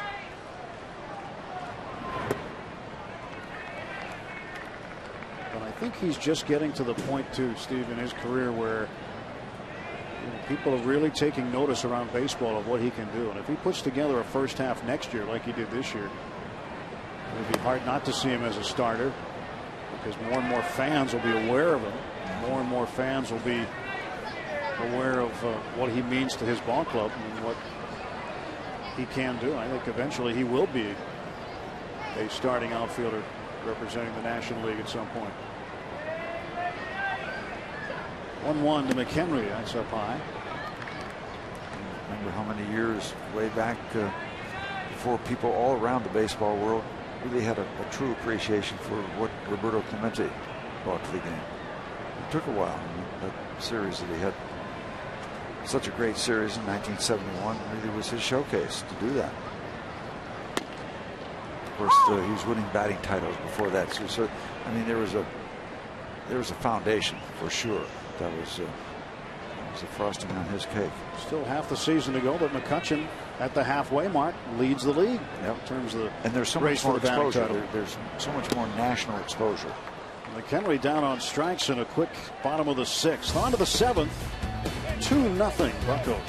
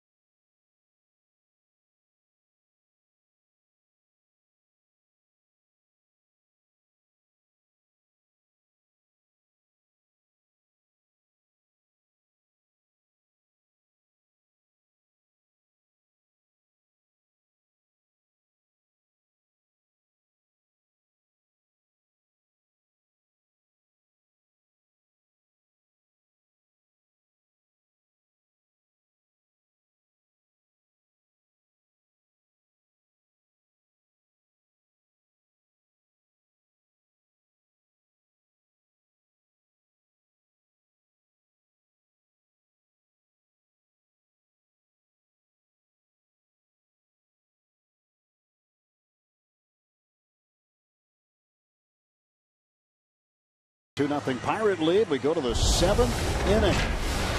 Well, the final vote has been done online, and these are the guys who have won the final vote. David Freese will represent the National League as the last player added to the roster, and Yu Darvish, kind of a runaway winner in the American League, a newcomer from Japan. His rookie season, if you will, in Major League Baseball, though a seasoned veteran from the Japanese leagues. Another story here tonight is number 27 right there. Jeff Carson has been absolutely terrific, widely scattering 4 hits, striking out 6. And there is the curveball that's been working so well for him tonight. He's in the 7th inning, and he has thrown what they're going to put it up on the board here momentarily. 75 pitches. Terrific work. But he doesn't have a lot of offense to work with, so he's got to be airtight. Trying to get a chase from Chris Johnson.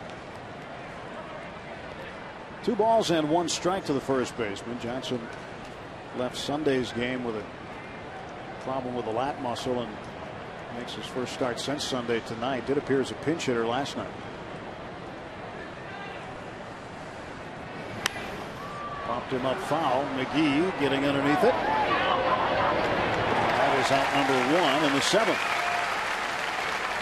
This is a very, very impressive outing for Jeff Carson. He's coming off that 7-inning gem against the St. Louis Cardinals. Gave up 4 hits, 2 runs in that game last time out. And the strikeout pitch was working there. He has struck out 6 and 6 1/3, struck out 7 and 7 last time out. Ryan Bogusevic takes a strike. One thing we talked to Clint Hurdle about today is a thing he likes talking about. Says when he has time off and he goes to the store or something, people will stop him. Said somebody flashed him the Zoltan sign today. He was in the grocery store.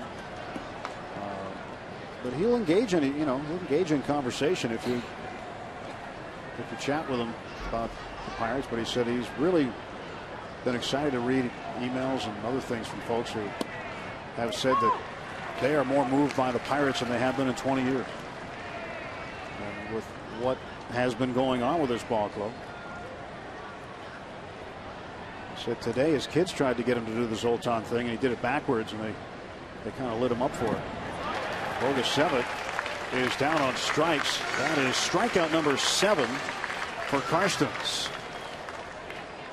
Speaking of kids, this Sunday the Bucks will battle the Giants at 1:35. Kids 14 and under receive a Mrs. T's pierogi inner tube. Come early for the #1 Cochran Family Fun Zone on Federal Street. Stay later when the kids get to run the bases after the game, thanks to H.K. Anderson Pretzels. Pirates.com to get your tickets. She needs to come back and get her inner tube on Sunday.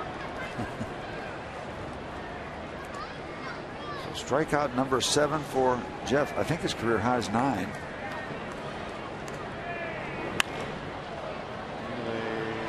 Drive to left field. Sutton tracks it down. How good is Jeff Karstens tonight? Snyder is out.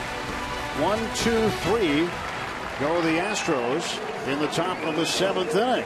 And on a great Thursday night, let's keep you here at the ballpark for Take Me Out to the Ballgame. Mark Smiley Cookie and join everyone.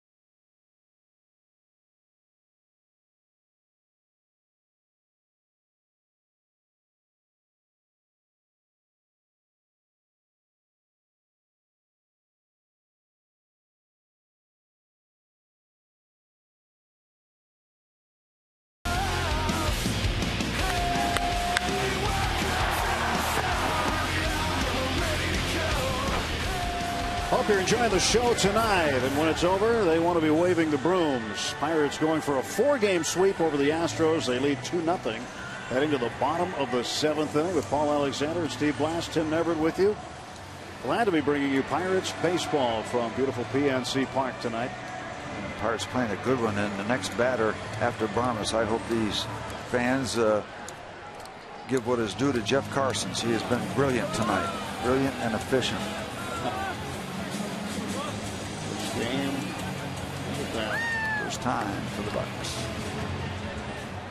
They're enjoying their first place Buccos. Seeing a good one. Seeing a good one. Let's get Barmes on so Jeff Karstens can run him over. Barmes is 0 for 2. Ground out and a fly out tonight. Takes ball 1 from Bud Norris. Yeah, who hasn't blinked, and he's been challenged. He's worked his way out of some jams to keep the Astros very much in this game. Pirates have had chances to break it open. Barmes up in the air to right center field. Bogasevic time to drift under. There's 1 out, and Clint is 0 for 3. Jeff Karstens coming to the plate in the 7th.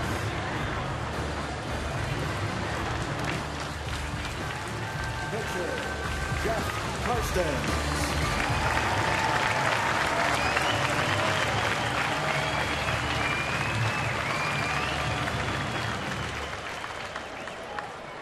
Jeff with a chance to help himself out by getting on base. He's 1 for 2 tonight. Singled and scored the game's second run in the third inning. He has been terrific tonight. Just absolutely terrific. Jeff Carstens is doing some serious pitching.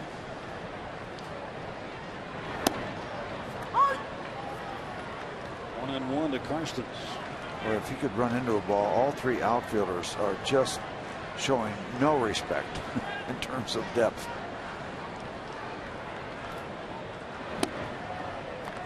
Behind in the count, 1-2. I think from the pitcher's standpoint, Steve, you probably agree that it's okay to be 1 for 2 or 1 for 3, but if you're batting for the third or fourth time in a game, typically you're in the game. That's good.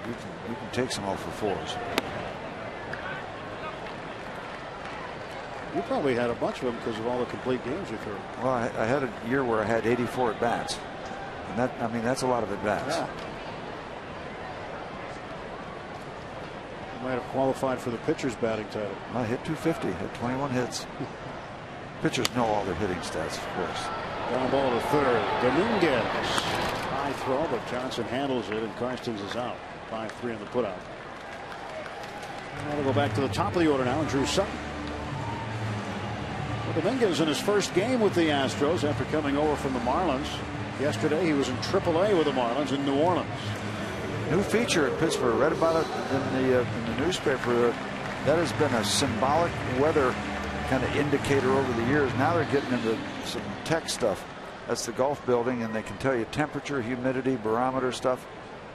It's kind of neat, and that's just recently been done. It was dark for a while. Wouldn't that be nice if in October that'll be black and gold? Oh yeah, I'm liking it. I was telling Greg a couple of days ago, you know the Pirates are playing good when down at Kelly's ice cream store over by Cool Springs they've got a Pirates Sundae, black and gold sprinkles. Really? Nice. That's when you know you're going good. You got the ice cream sundae, the soft serve sundae looking for you over at Kelly's. You think I better not get something for that plug? I'll be there tomorrow. I will be there tomorrow. Steve will be there bright and early. And have been for a lot of years. 1-2 to Sutton. Swing and a miss, 1-2. He doubled in the fifth, doubled off the Clemente wall. You know, this series, from the start of this series on Monday night, the Clemente wall has been getting a workout. It has. They've got it zeroed in. A lot of balls hit over there. Bogusevic in game one, he was playing right field. He had to work out himself. Pirates hit next to everything off that wall. Well, activity in both bullpens, although these pitchers, both of them have been doing a terrific job. Bud Norris scheduled to bat second in the top of the 8th inning. Jared Hughes turned 27 yesterday. Tony Watson there alongside him, and there's Brandon Lyon. Right-hander for the Astros. They will be hitting for Bud Norris. Kind of forced to, even though he's been terrific. Up high, 2 balls, 2 strikes to Drew Sutton.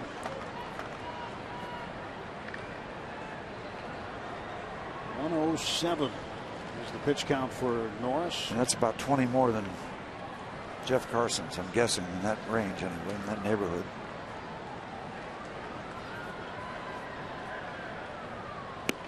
Sutton down on strikes for the second time tonight. Pirates gone in order in the 7th. We'll head to the 8th. Pirates 2, Astros nothing.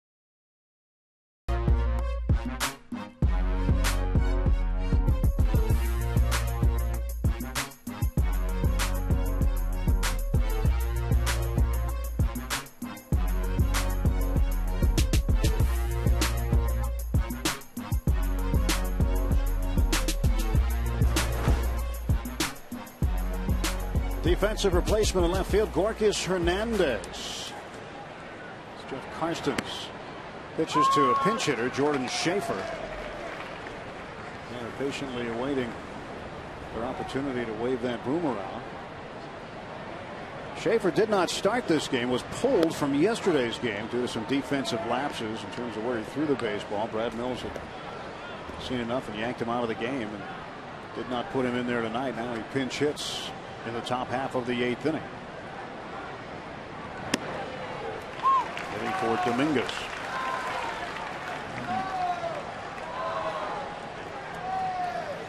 Announced attendance 21,000 plus tonight, and the Pirates creeping very close to that 1 million mark, and they will hit it comfortably over the weekend with the pre-sale that we've heard about for the weekend against the Giants. It's going to be a big weekend. If you're planning on coming down here this weekend to any of the games, make a plan. Don't think you can show up 5 minutes before the first pitch and not miss anything. Make a plan. Come on down early. There's plenty to do. Tomorrow night there's a block party on Federal Street before the game.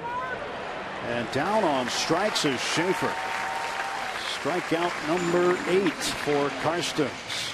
Well, if you go on rootsports.com, you click on the Game Connect tab, you can do this. Email the broadcast. It's one of the many features on Game Connect. Markin State College says Pirates are on fire during this recent heat wave. Do you think 3 days off at the All-Star break will cool them down or keep them going? And there's no way of knowing the answer to that, you know. And everybody, no matter what happens, you look back and say, well, if you go cold a little bit, say, well, too much time off while you're hot. Matt Downs pinch hitting. Pops it up. Walker is there. 2 gone. You look at Game Connect, you get all kinds of information about the matchups, the pitchers. See Karstens against Matt Downs, the numbers against one another. You can have the social media side of things on the right side of the screen. You see where all the folks' tweets are there. It's all kind of one-stop shopping. Social media. You follow along with a lot of other fans and communicate with them. Yeah, something happened. That dial broke there. Well, he's over his average number of pitches, so he's got 15 over that. The pitch count. That's what the gas gauge will do. Karstens. How about Jeff Karstens? First pitch swinging. Altuve pops it up, and Jeff Karstens needs only 6 pitches to get through the 8th. 2-0 Pirates. Karstens leading the way.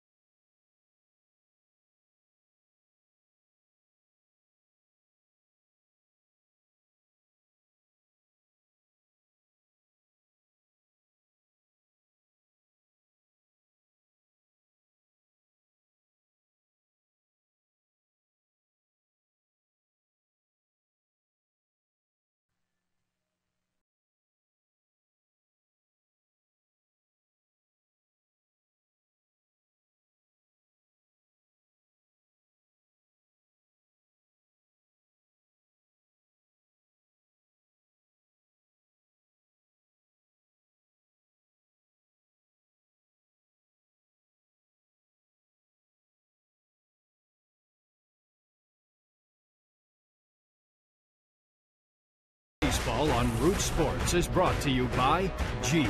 Visit Jeep.com. By AT&T, the nation's largest 4G network. AT&T, rethink possible. And by Levin Furniture. and the all-new Levin mattress stores. For a great deal on a new bed, shop Levin's. Let's go Bucks! 2-0. There's a run for each one of you. A couple of junior Pirates, you like that? Loving their Bucks. Well, maybe they'll get another couple of runs here. Matt Downs moves in at third base, and the new pitcher is Brandon Lyon. Is that Brett Myers or Lyon? Oh, Brett Myers, I'm sorry. Their closer, but hasn't had too many opportunities to close recently, so they want him to get a little work. Astros head home after the game tonight. It has been a long and strange trip. It's been, according to what the Grateful Dead used to say. That it's a tough trip for the Astros. Yes. They'll open a series, just a 3-gamer at home with the Milwaukee Brewers before the All-Star break. Walker whips this one down to first base. Johnson tosses on to Myers for out number 1. Now it's time for our Coors Light Cold Hard Blast. We take you back to Tuesday night's game of the 4th inning. Here's Sutton aboard, and McCutcheon, bang, hits it out. Home run number 16. That got the Pirates on the board in that ball game. A game they'd eventually go on to win 8-7. Cold Hard Blast brought to you by Frost Brewed Coors Light. Hutch knows. And a chance of MVP starting up around here again. 1 ball and no strikes to Andrew McCutcheon. Brett Myers getting work in here in the bottom of the 8th inning. Trying to keep the game where it is. That's his job. And for the Pirates, they've got activity in the bullpen as well, and as you'd expect, it'll be Joel Hamrahan, the hammer. Ground ball to third. Downs throws out McCutcheon. Number 1 Cochrane presents Fan Jam featuring Daughtry live in concert this Saturday after the Bucks host the Giants at 4:05. See these rockers perform all their hits like Home and It's Not Over. It's also an Eaton Park Scratch and Win Saturday where all fans receive a scratch card good for prizes from Eaton Park. Tickets are going fast, so get yours at pirates.com. Be a big day here Saturday. A big day Friday, Saturday, and Sunday as Pirates wind down the first half heading into the All-Star break. 2 outs, nobody on. Garrett Jones, the hitter. Jeff Karstens has been outstanding tonight. Has he ever? Karstens 1 off his career high in strikeouts, which was 9. He has 8 tonight. Ground ball to second. Altuve goes on to first. Pirates gone in order for the 3rd straight inning. 2-0 Pirates trying to close out a sweep.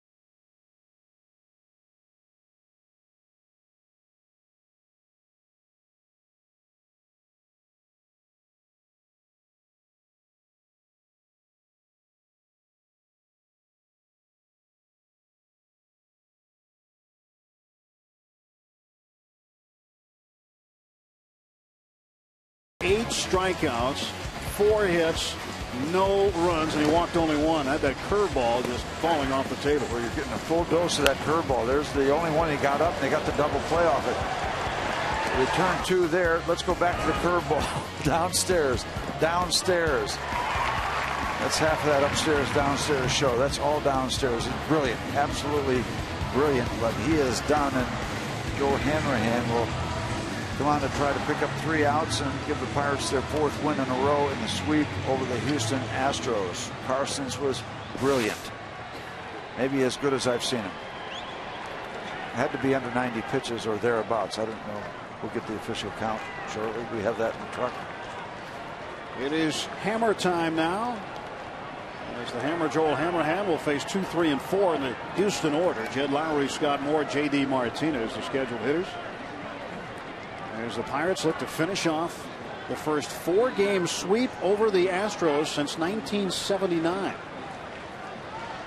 88 pitches for Karstens. That's efficient. 88 pitches through 8 innings of work. Outstanding.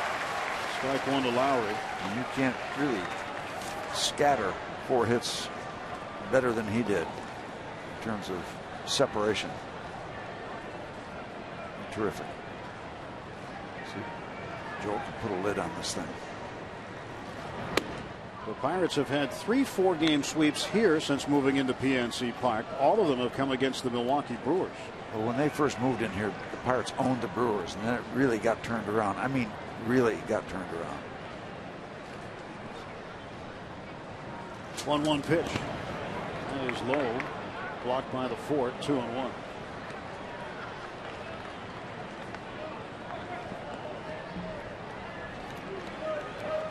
Big night for Jeff. Hammer trying to finish it off for him and get Karstens his 2nd win. Nice hitting too, Jeff. Nice line drive. Knocked to right field. The 2-1 pitch to Lowry.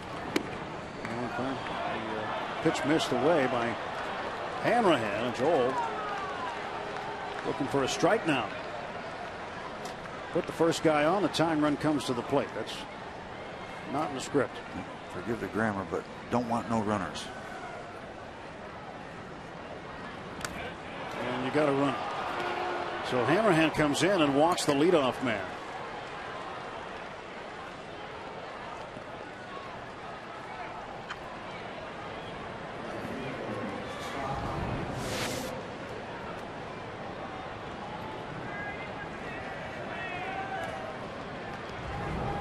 Time of the year, can it be a time of the year, Steve, where not just for Joel, because it looks like his velocity is down some, but for a lot of pitchers, guys who throw hard just because of wear and tear and fatigue, can this be the time of the year where you see velocities dip a little? It can happen. It doesn't have to happen. Scott Moore takes ball 1.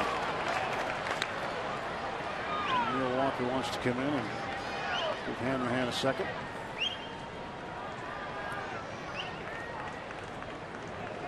Ken Hurl's going to the bullpen phone already. He doesn't want to mess around here. Jared Hughes is going to get up.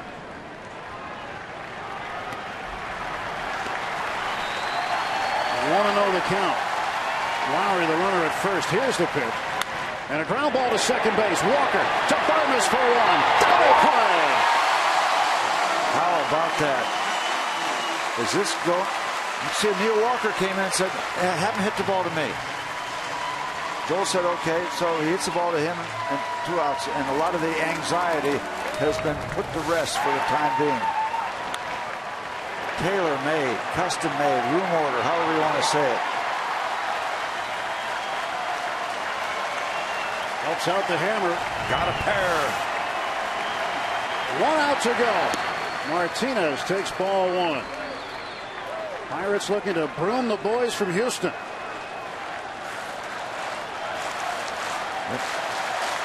Delay the launch for the astronauts. 1 ball and 1 strike. Over 21,000. A lot of them still here.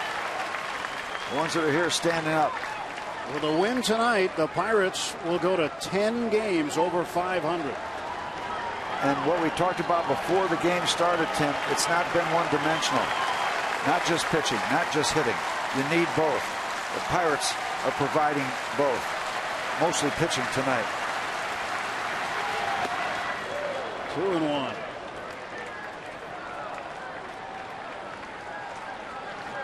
Joel Hanrahan looking for save number 22, trying to hang on for Jeff Karstens to get him the positive decision. Fans are hungry. Strike 2.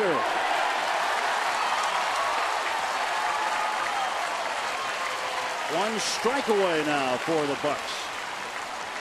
Pittsburgh Pirates fans getting a lot of fun. The Pirates have been so good at home in front of these fans. 3 balls, 2 strikes. And Joel fighting that slider right now.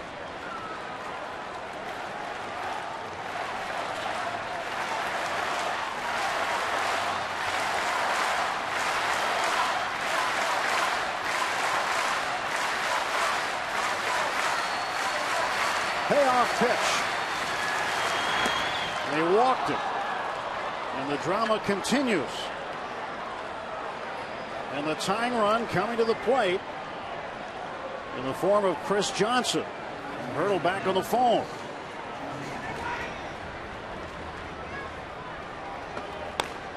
Hughes is up along with the lefty Watson. And Ray Searage is going to come out and pay a visit. Pirates were 1 strike away. And now Hanrahan will have to tangle with Chris Johnson here. The Pirates need to get it out and win the ball game. Bucks got a single run in the 2nd inning. Jones a double, and then McGee doubled him home. And then a single run in the 3rd. Jeff Karstens had a leadoff base hit. He would eventually come home from 3rd on a sacrifice fly by Garrett Jones. What's he telling him right here? I was just going to say, everybody's wondering what's he saying and what Joel's saying back, and who's listening, who's talking. They're both doing a lot of both.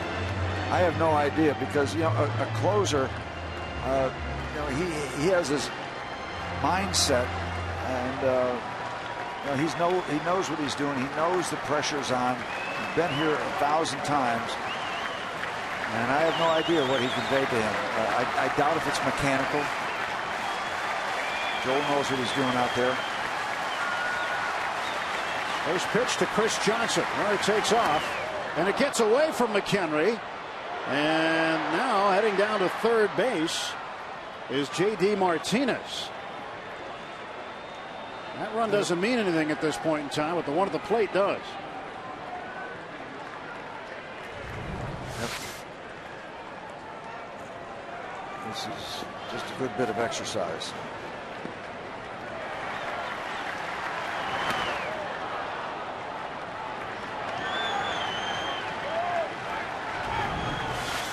White knuckle time here at PNC Park. To right field.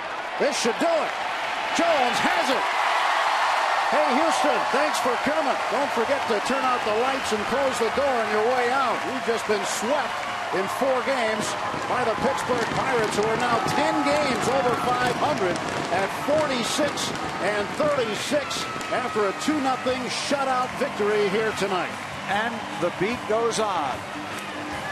And the beat goes on. Jeff Karstens, the story tonight. Absolutely brilliant. 89 pitches for 8 shutout innings.